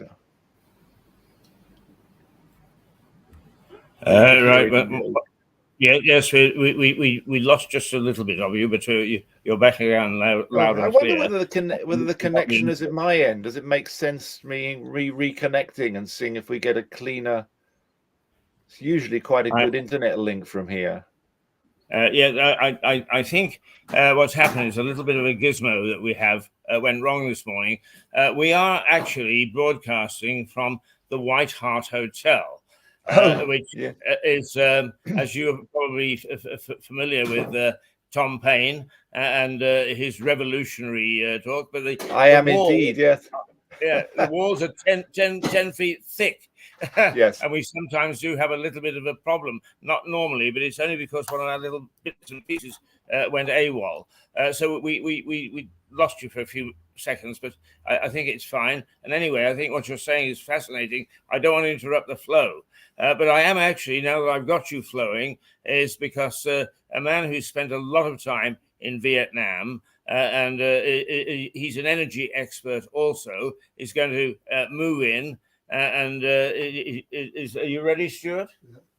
Here we go. Mind you, I do not lurk. One does not lurk. Nice to speak to you, Liza. Nice to speak to you too. Yes. What is the name of your book?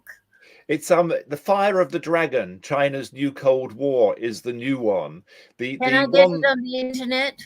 Absolutely, yes. From the usual suspects will have it. But it looks very much at some of these technology questions and the role of China both in smart city technology, which I think is, in Chinese terms means surveillance and control.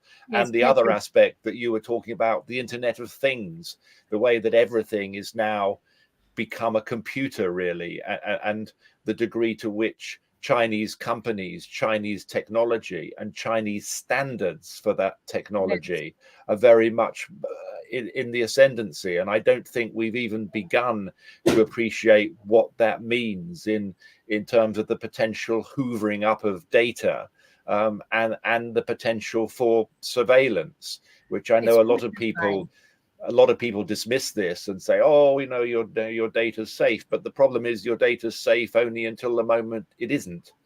And the track record of many of these companies is not promising, and they are very close to the Chinese Communist Party, which is increasingly adversarial, increasingly hostile to Britain and other liberal democracies. So I think there is huge no difference cause for whatsoever concern. between Nazism and communism. No, I mean, if you look, there is a very close similarity in many respects between the relationship between the Chinese Communist Party and its so-called private businesses and market, and that of the Nazi Party in the 1930s and the way it utilized businesses for its own purposes. There's been some very interesting stuff written about this, but you're right. We do need to be extraordinarily cautious.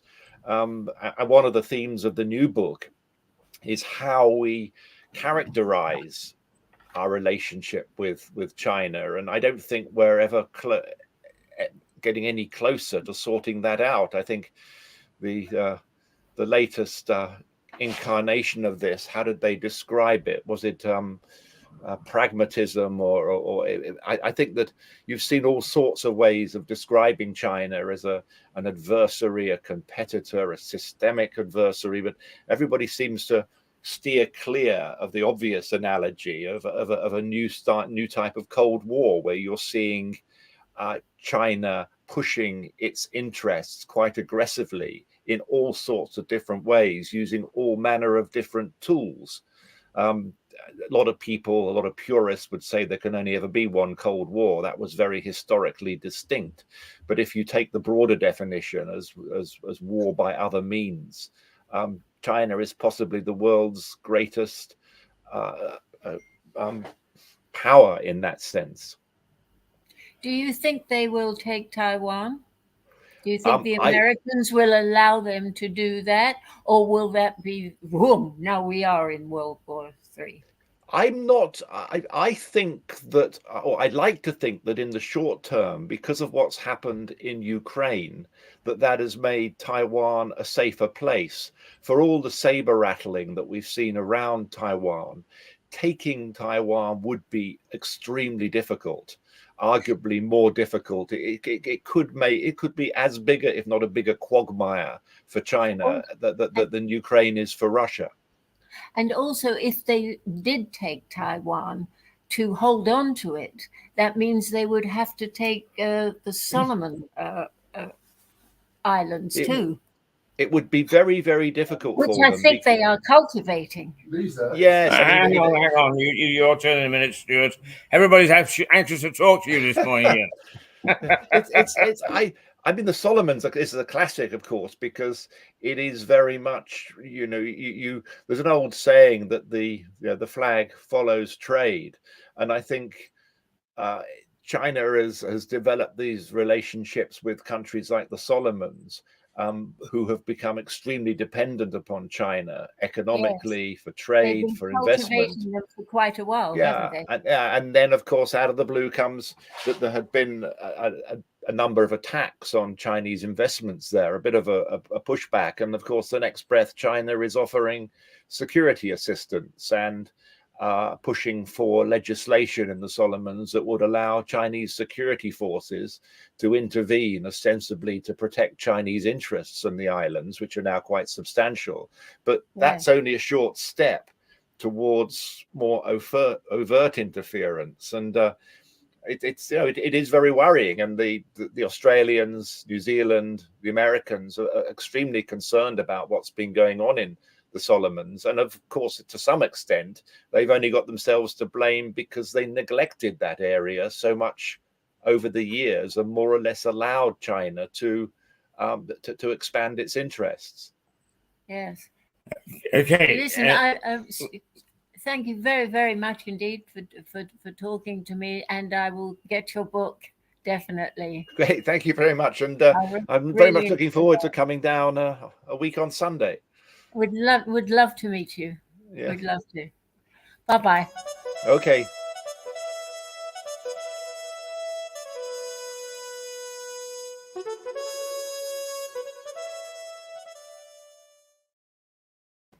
Okay, where is he?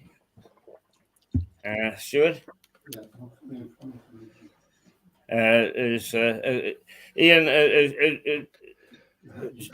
Stuart is a former Financial Times correspondent, spent a lot of time in Southeast Asia. He also is something of an energy expert, in as much as being with the Financial Times, he took the financial look at things and got involved with the oil industry. Yes. And he does a regular thing for us called a conversation with Stuart Dolby. And normally what he does is he takes people through sort of their life and so on and so forth. But I think that this morning, because you have got some specific areas in which he is vitally interested, is he's probably going to pile right in. So I'm going to take a back seat for the moment and leave the two of you to get on with it. So, all right. There we go. There he is in all his glory. Hello, Stuart. How are you? I'm all very well, thank you, Ian. I was looking forward to when Keith said you were doing this, because I said I can't come because I've had a flu, but I didn't want to be coughing over everybody, so I've come here this morning. And, excellent. And we've annoyed one another. No, I'm looking forward enormously to coming down. I was down there last year talking about the first book. All right. And that was very well attended and a very well informed audience. Well, and it was very stimulating chat. It's called the Speakers Corner, but it's in fact about selling your books. Right. Recently, I did my very good friend Sandy Gore. Oh yes. Yeah, and we on this program, actually it's mostly my mates at the moment. Now, way we might start talking about. Yeah, all right. We're not seeing your head. Right, okay. Right. So, one thing I might like to start with.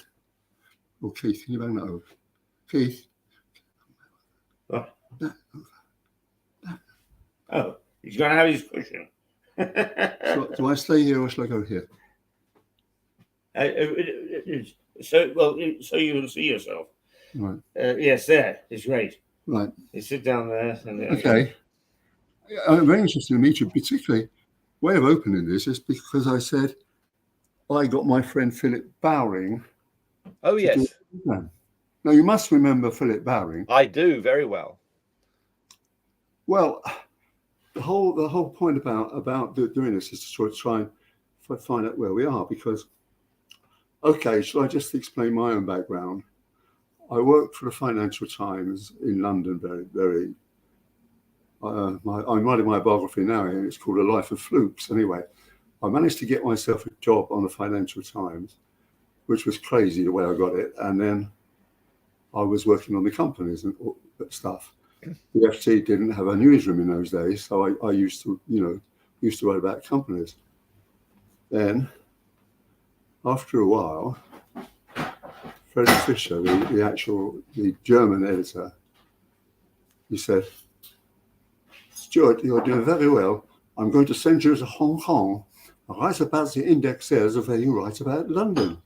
So I was seconded to the Far Eastern Economic Review. You must remember that. I do very well. That was a great magazine. Such a shame that. Well, I was actually sent over by the FT as a business editor. And in fact, that didn't last very long. Although it was when, again, a fluke, the Hang Seng Index was 208 when I went there. In 3 years, it went up to 1,774. Right. And the FT were paint printing it every bloody day almost. And then eventually, I got a bit fed up with stock exchange in Hong Kong.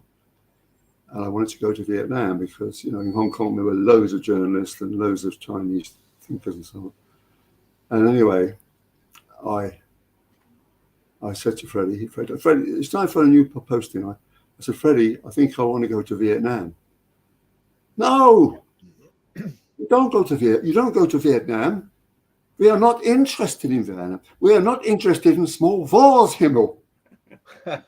So anyway, at that stage, Mark Franklin, who worked for the Observer, he got fed up and he said, why don't you do it for the Financial Times? I said, yeah, okay, I'll do that. But when the Financial Times saw my byline as well as the Observer byline, they said, would you like to do it for us? And I said, I'll think about it. So I started doing that.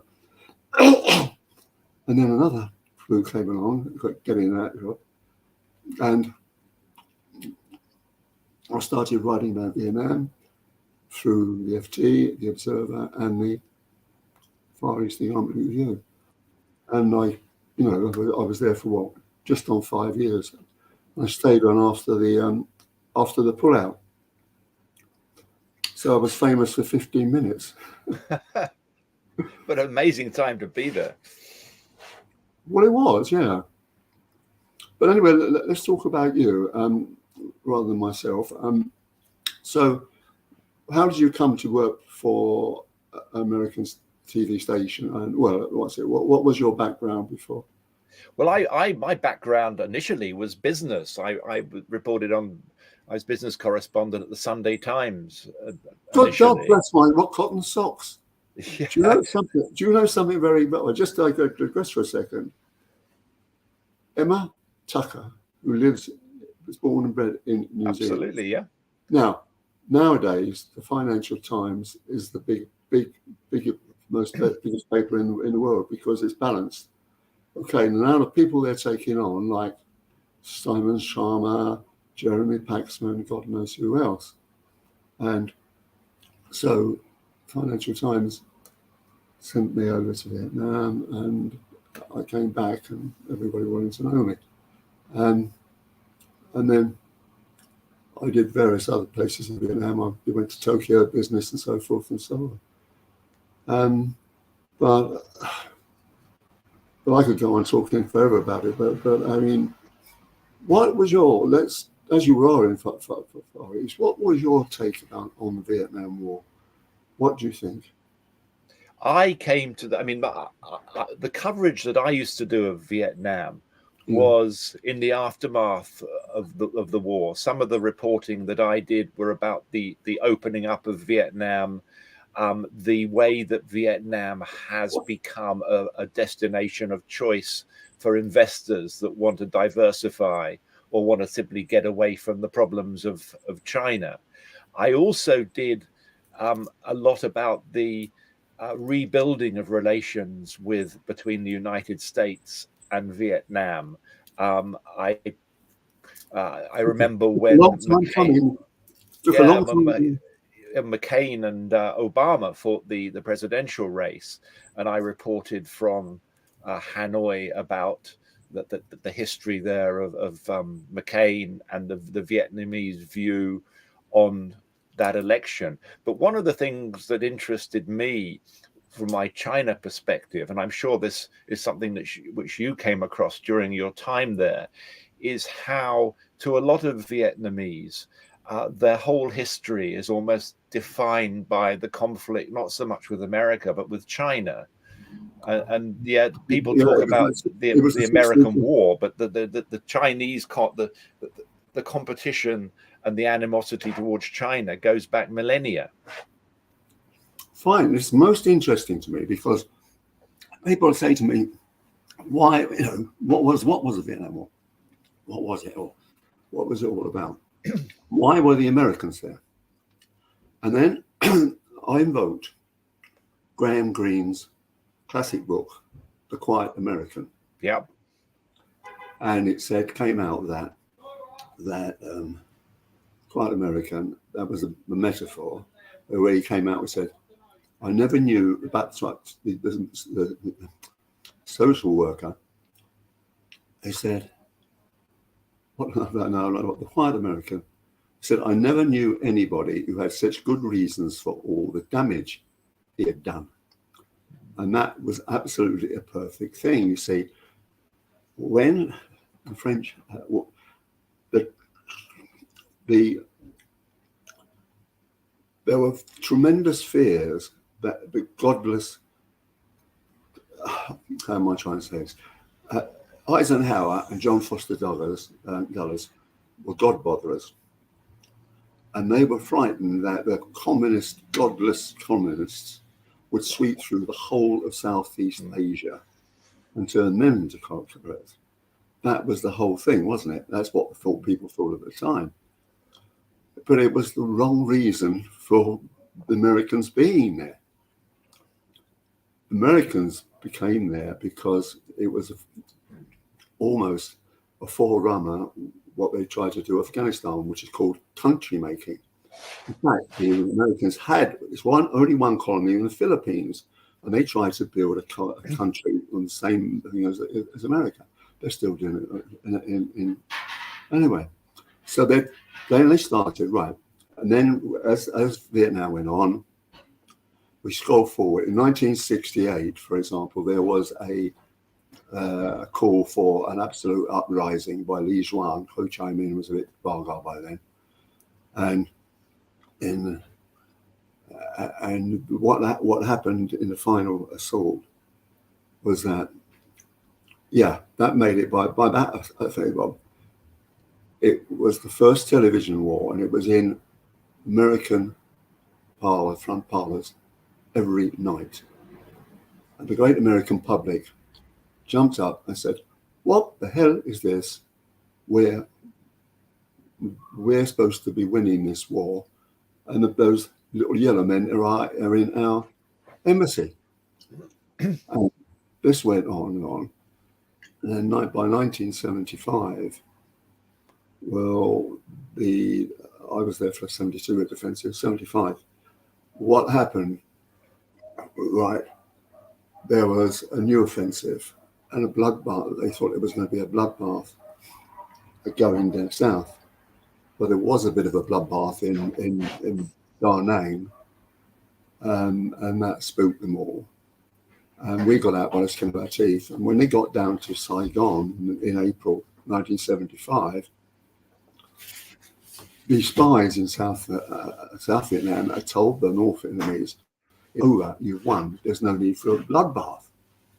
So all the American journalists were told by their newspapers or television stations that what did they tell them?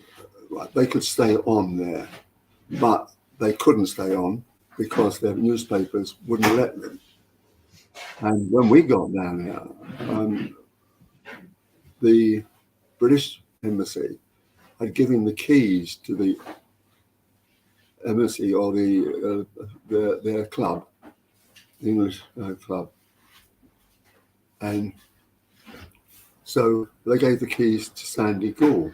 So for 3 weeks, all we're doing was playing badminton and swimming at the embassy pool in the English club. That's what happened. So then in the fourth week, I got very fed up with all this. There were 9 of us who were together. And I said to Sandy, "Look, I think I'm going to make you chairman of the escape committee." And he said, "Oh, terribly good idea, young man. Terribly good idea. I'm going to speak to Colonel Trang right now." Colonel Trang was our minder. Yes. And he said, "Now look here, Colonel Trang, this has got beyond a joke. I think you must get us out of here, troop to suite." So after another week, we were shipped up to Laos. And then, we were shipped up to Laos. And so we were there, and there was a bit of fun, always a bit of fun, funny things. And there was a table waiting for me in the hotel in Laos. And I opened this up. Well, you didn't have cables, though, you just, not the internet or anything like that. And it said, "Is it true?" One of the people who knew, one of my key peer group from Sussex University, went to America to make his fortune. There was an article in Time magazine where he worked that I'd stayed on, and therefore. So he said, "Was it true that you fell asleep? You got pissed and fell asleep?" And I said, "That's not true." And then he said, "And the Viet Cong were knocking on your door the next morning." I said, "That's not true, but what a wonderful story. I think we'll go with that one." Anyway, we finally made our way to Bangkok and came back. But See, I think that the Vietnam War was a watershed in American life. They had lost. They were humiliated. They never lost the war before. They ruled the world and all the rest of it. So that watershed shows that they were really not pluribus priestum anymore, and so forth and so on. So it changed America enormously. I don't know if you agree with that. I think I do. I mean, it was a incredible blow to the American psyche, which it took them years to recover from. And I think that it's, in terms of building relationships with Vietnam, you're still seeing a lot of caution in some quarters there, even though they recognize that Vietnam is an important balance now against China. There's still a lot of caution in various parts of the US political establishment. There's a great row about the Paracel Islands, isn't there? Yeah. China hasn't got any oil, so goes where it can find it. They've probably taken over the Paracel Islands, like Taiwan sort of thing. But they were a lot of. I mean, we've seen a lot of the Chinese activity around the Spratlys, but people forget the Paracel Islands was where it started. And I think that on YouTube there is still a video of when the Chinese shot dozens of Vietnamese troops who were standing on a slightly submerged reef on one of those islands when it was taken by the PLA. And this was presented by China as a great victory. And those islands have been under Chinese control for some time now, but they're obviously claimed by Vietnam. And of course, Vietnam has plenty of reason to be worried about Chinese expansion in the South China Sea because of the enormous length of the coast and the dependency that Vietnam has on coastal industries. Absolutely right. The border is totally indefensible. It's 1,000 miles long. Yeah. Now, what interests me, what the kind of things you just said, that the Americans really, Americans shouldn't have been there, and they really, it wasn't a thing for them. But the American war got over. Vietnam talks to be an absolute hub of, they could do everything apart from IT. For example, they pushed China out of the Nike or trainer bloody business, haven't they?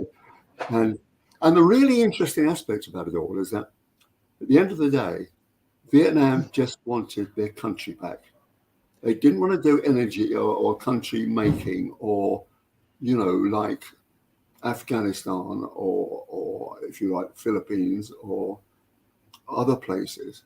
And really, they just wanted, but they didn't like the Afghanistanis, who were spreading, terror all over the place. All the Vietnamese wanted was to get their country back and get on with it. No, I think you're right. And it was a mischaracterization to see it as a communist domino. I mean, I think that Ho Chi Minh was first and foremost a nationalist. Yes, quite. And it was nationalism that drove the Vietnamese war against the French and then against the US. Yes, it's a communist state, however you define that. But I think certainly initially it was driven by nationalism, and that was never recognized. It was just seen as another potential communist takeover. Well, the way they got rid of the French in 1954, with those bicycles, Dien Bien Phu. I mean, they just wanted their own company, right? And just to digress for a second on a light point, we're in Lewis, right? Down the way is New Haven. And guess who's New Haven's most famous subject? I think I know this one, but go on. It's Ho Chi Minh. Yeah. And there was one point they were going to build a statue for Ho Chi Minh in New Haven. Didn't he work in a hotel there? No, he worked in the Dorchester in London. Oh yeah. And then he at various other places. Then he came down to work on the ferries, going to Deer. Yeah. But yeah. Sorry, Dan. as I still I still go back to Vietnam. I get invited because I was one of the people who stayed on after the American pullout, and I do like it. But then again, as you remarked, Vietnam and Cambodia are now a destination for cheap flights and so on and so forth. Yeah, and there's an incredible community now. I mean, I've been researching another book which is looking more broadly at China business. And of course, one aspect of that now is Vietnam, because Vietnam is emerging as countries become more and more concerned about the exposure of their supply chains to China, about over-dependence on China. And they're all looking to diversify how they buy, where they buy. It's boom time in places like Da Nang and Hanoi, with brokerages and investors looking. And if there's a problem that Vietnam's facing with foreign investment at the moment, it's digesting it all, because everybody's looking for, and certainly, if not to get out of China, then to diversify their supply chains more. And Vietnam is regarded as being, it's a very young population, it's a relatively skilled population. There are high-tech clusters now, and it's more so, I think, than some of the competing countries like Indonesia or Cambodia. It's a big population, it's a young population, and it's an increasingly attractive place for countries to set up shop. I mean, it is also an authoritarian country, of course, but leaving the politics aside, it's a lot of investors who don't necessarily get too concerned about the political side of it are looking for the sort of diversity and stability which they don't think they can rely on in China at the moment. Right, now, Ian, there's very interesting points you're making. And recently I got a letter from my daughter who went to Vietnam and Cambodia and sent me back and talked about, Cambodia's this and Vietnam's that. What is it? I said, well, what people don't realize that they're both Buddhist countries, but the Chinese are Mahayana Buddhists, which is, general, the bottom of the rung, like Presbyterians and so forth. But the Cambodians are Theravada Buddhists, who are very, very strict about it all and so forth and so on. So like all the other things like China, Japan, Vietnam is very pushy, very devout and so forth and so on. And the Cambodians would rather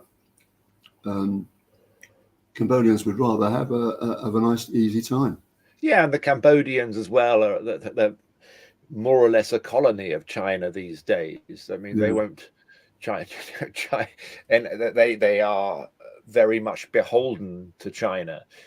Vietnam, for historic and many other reasons, is much more cautious. And people, of course, shouldn't forget that the last major war that China fought was in 1979 when they invaded Vietnam. After Vietnam had taken out Pol Pot in neighboring Cambodia, and on that occasion, of course, that it was not a happy experience for the PLA. The Vietnamese were always working over the Cambodians and the Laos if it came to that. But, and of course, the people look at the PLA's lack of contemporary battle skills, and of course, when they speculate about Taiwan, the last major war they fought was in 1979, a very conventional sort of war against the Vietnamese, and they didn't come out of that very well. The Vietnamese being far more battle hardened, of course, just 4 years after the end of the American War. Ian, there's nothing more fascinating than three old hacks getting together and talking about their experiences. And Stuart has raised some things for which you've had some interesting responses. But you are coming down to Lewes to speak and basically on your book. So as we're coming towards the end of our time, I think we will give you just a few minutes to tell us about your book.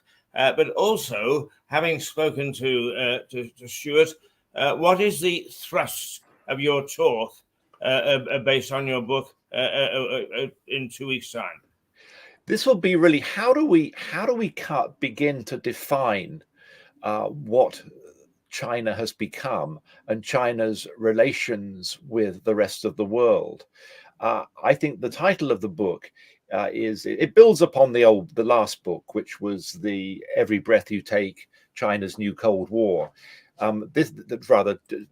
China's New Tyranny. This one is The Fire of the Dragon, China's New Cold War. It's looking at China and the world, and it's looking at the very different ways that China is pushing itself, the different faces of Chinese aggression, from Southeast Asia, where we've just been discussing, the South China Sea, the Himalayas, its conflicts with India, cyberspace, the Arctic, as well as the use of economic coercion through trade and investment. And it's asking, how do we characterize this? Western countries have tied themselves up in knots trying to characterize China. Is it a systemic competitor, a systemic rival, or variation on that language? We have Rishi Sunak recently saying that he's going to take a pragmatic view, but a tough pragmatic view towards China. What does that mean? I think that our political leaders have been struggling to come to terms with how they even characterize this new competition with China, let alone how we respond to it. And the subtitle of the book is deliberately a little bit provocative, China's New Cold War, because I know a lot of purists of the last Cold War will tell you that there was only one Cold War and it was very historically specific. China's more deeply ingrained into the world economy. There aren't the very well-defined rival blocks we had before, for all sorts of reasons. But I would argue that if you take a broader view of what you mean by Cold War, war by other means, China is one of the most aggressive and one of the most accomplished exponents of that in terms of pushing its interests quite aggressively on multiple fronts and using multiple tools to do this, and multiple new tools, including cyber, including trade, investment, coercion. And the book looks at all these many different fronts in this new Cold War before asking, how do we begin to respond to this? And then towards the end, posing the question as to whether we've actually seen peak China, and whether China is now at the peak of its powers, and whether it's not facing a lot of problems, which in turn give opportunities to Western democracies to reassert their own interests and to reassert their own values. So it's broadly that's broadly the structure of the book, which will form the basis of the talk that I'll be giving on the 22nd. We look forward to that, Ian, because I recently did one for we did one for Sandy Gore and so forth. Now at that meeting, I don't know if you know Christina Lamb, who worked for very well, yes, Financial Times. I actually got her a start at Financial Times. And now she's a great friend of mine. I've got a picture of me and her together at the Frontline Club. Yes. And then just quickly talk about the thing about Christina. She wasn't one of these brash Oxbridge types, so forth and so on. She was actually rather reserved, right, so forth and so on. But she did happen to know Benahir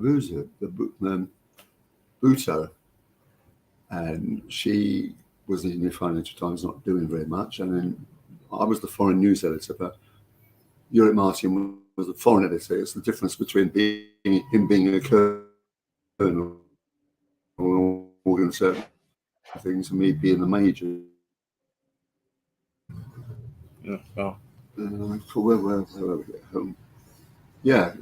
Christina said she's going to be there as well, so we can all get her. So finally, you probably don't know this, but Emma Tucker was born and bred here, and she actually worked through the ranks, got a very good job at the FT. Everybody wants to join the FT now because it's not going to go bust. So that's why, and nobody really wants to write for the Mail and all those words. And anyway, so Emma, and now she is the editor of the Sunday Times. And soon to go to the Wall Street Journal. Eh? Possibly, no. I think she might balk at that one. Ah, that's interesting. I don't know. I'll have to ask her. Yeah. Anyway, look, it'd be great. We can have a nice chat down at the, what's it called? The church, All Saints, isn't it? Yeah. Yeah. No, I'm really looking forward to it. It was a great talk last year. I think it'll be a good one this time as well. And it's always a good crowd, always good questions, always very engaging, and it's such an important subject at the moment. Just trying to understand China at this sort of critical moment. What time is your talk, Ian? I think it's 2:20 till 3:30. In fact, I can confirm that. That's on a Sunday, is it? It is the Sunday, yeah. Well, I mean, I'm only going to make this as a suggestion, but 2:20. We often after this program go and have a glass of wine in front of a massive roaring fire in the White Hart. So if in fact you were down here a little early, I think his nibs here would love to have a glass of wine in front of the roaring fire rather than down at the rather stark premises of so perhaps we might try and tee that up if you're agreeable. No, absolutely, yeah, because I'm hoping to sort of stay in the neighbourhood anyway. So yeah, that would be fantastic. So anyway, you go there on Sunday, and at the door, someone says, "Have you bought a book?" And you say, "No." "Oh, well, you can't come out. You can't go there. You've got to stay here." I suppose that's one way of boosting sales.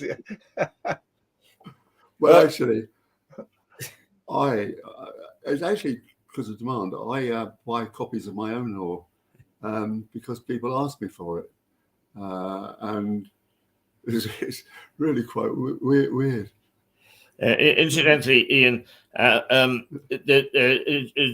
his nibs here is the author of a book called the Friends of Rathlin Island.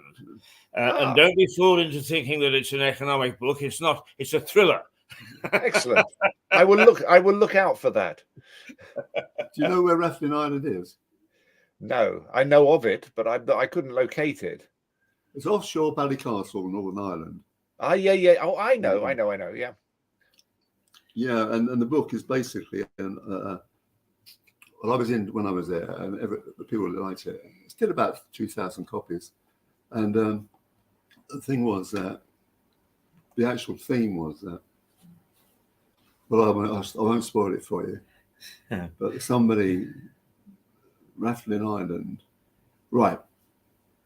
When I was working there, the Rathlin Island was basically a Protestant island because what's his name was Paisley was the MP, okay, but it was an Irish island basically. There were 100 Irish or Catholics and one Protestant family, and the Catholics will always go to the Protestants' fates and that kind of thing at all.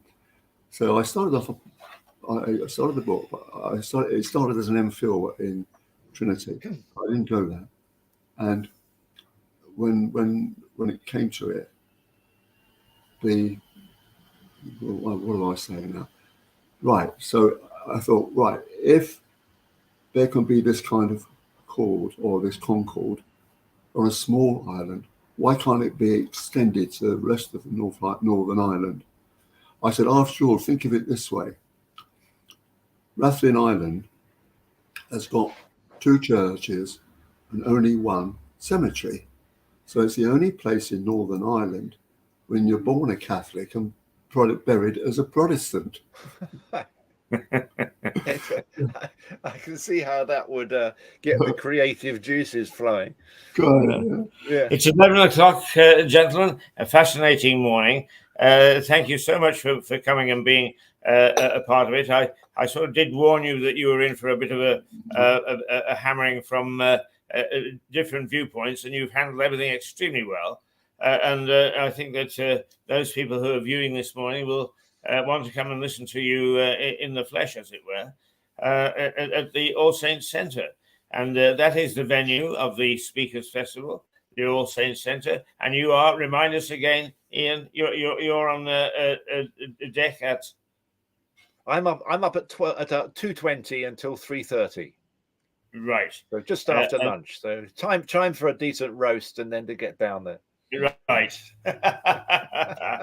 Okay. Well, we'll have to say goodbye to you, and thank you very much for coming on. A fascinating 3/4 of an hour, and particularly where you two sort of across areas of expertise in your particular area of expertise, Southeast Asia, and as I say, the old man here is this is where I get my knuckles in. You see, the old man has such wonderful memories. So we'll look forward to seeing you a week Sunday, and thank you again for being very articulate. So thank you, Stuart. Thank you very much for coming in. Very nice to talk to you, Keith and Stuart. Look forward to being in Lewis a week on Sunday. One minute he's telling me I'm an old man. The next morning he treated me like a boy, saying thank you. What's it going to be? I'll tell you one thing: it's trying to bully Stuart is a no-starter. Ian, thank you, and to everybody who's watched today. We're sorry if the picture has not been, although it looks fine when I've been monitoring it, but we did have some internet problems. But it's generally speaking is not bad at all. And we'll be back tomorrow. And tomorrow we've got Mark Rattray on, is to talk about the festival. And also he's introduced something this year, and that is to have an artist, a lady artist out of Brighton, display her pictures. So they'll explain about that as well. Excellent. So we continue with the festival, and we look forward to seeing you on the weekend. Absolutely. Look forward to seeing you. Yeah. Toodle pip, everyone. Bye.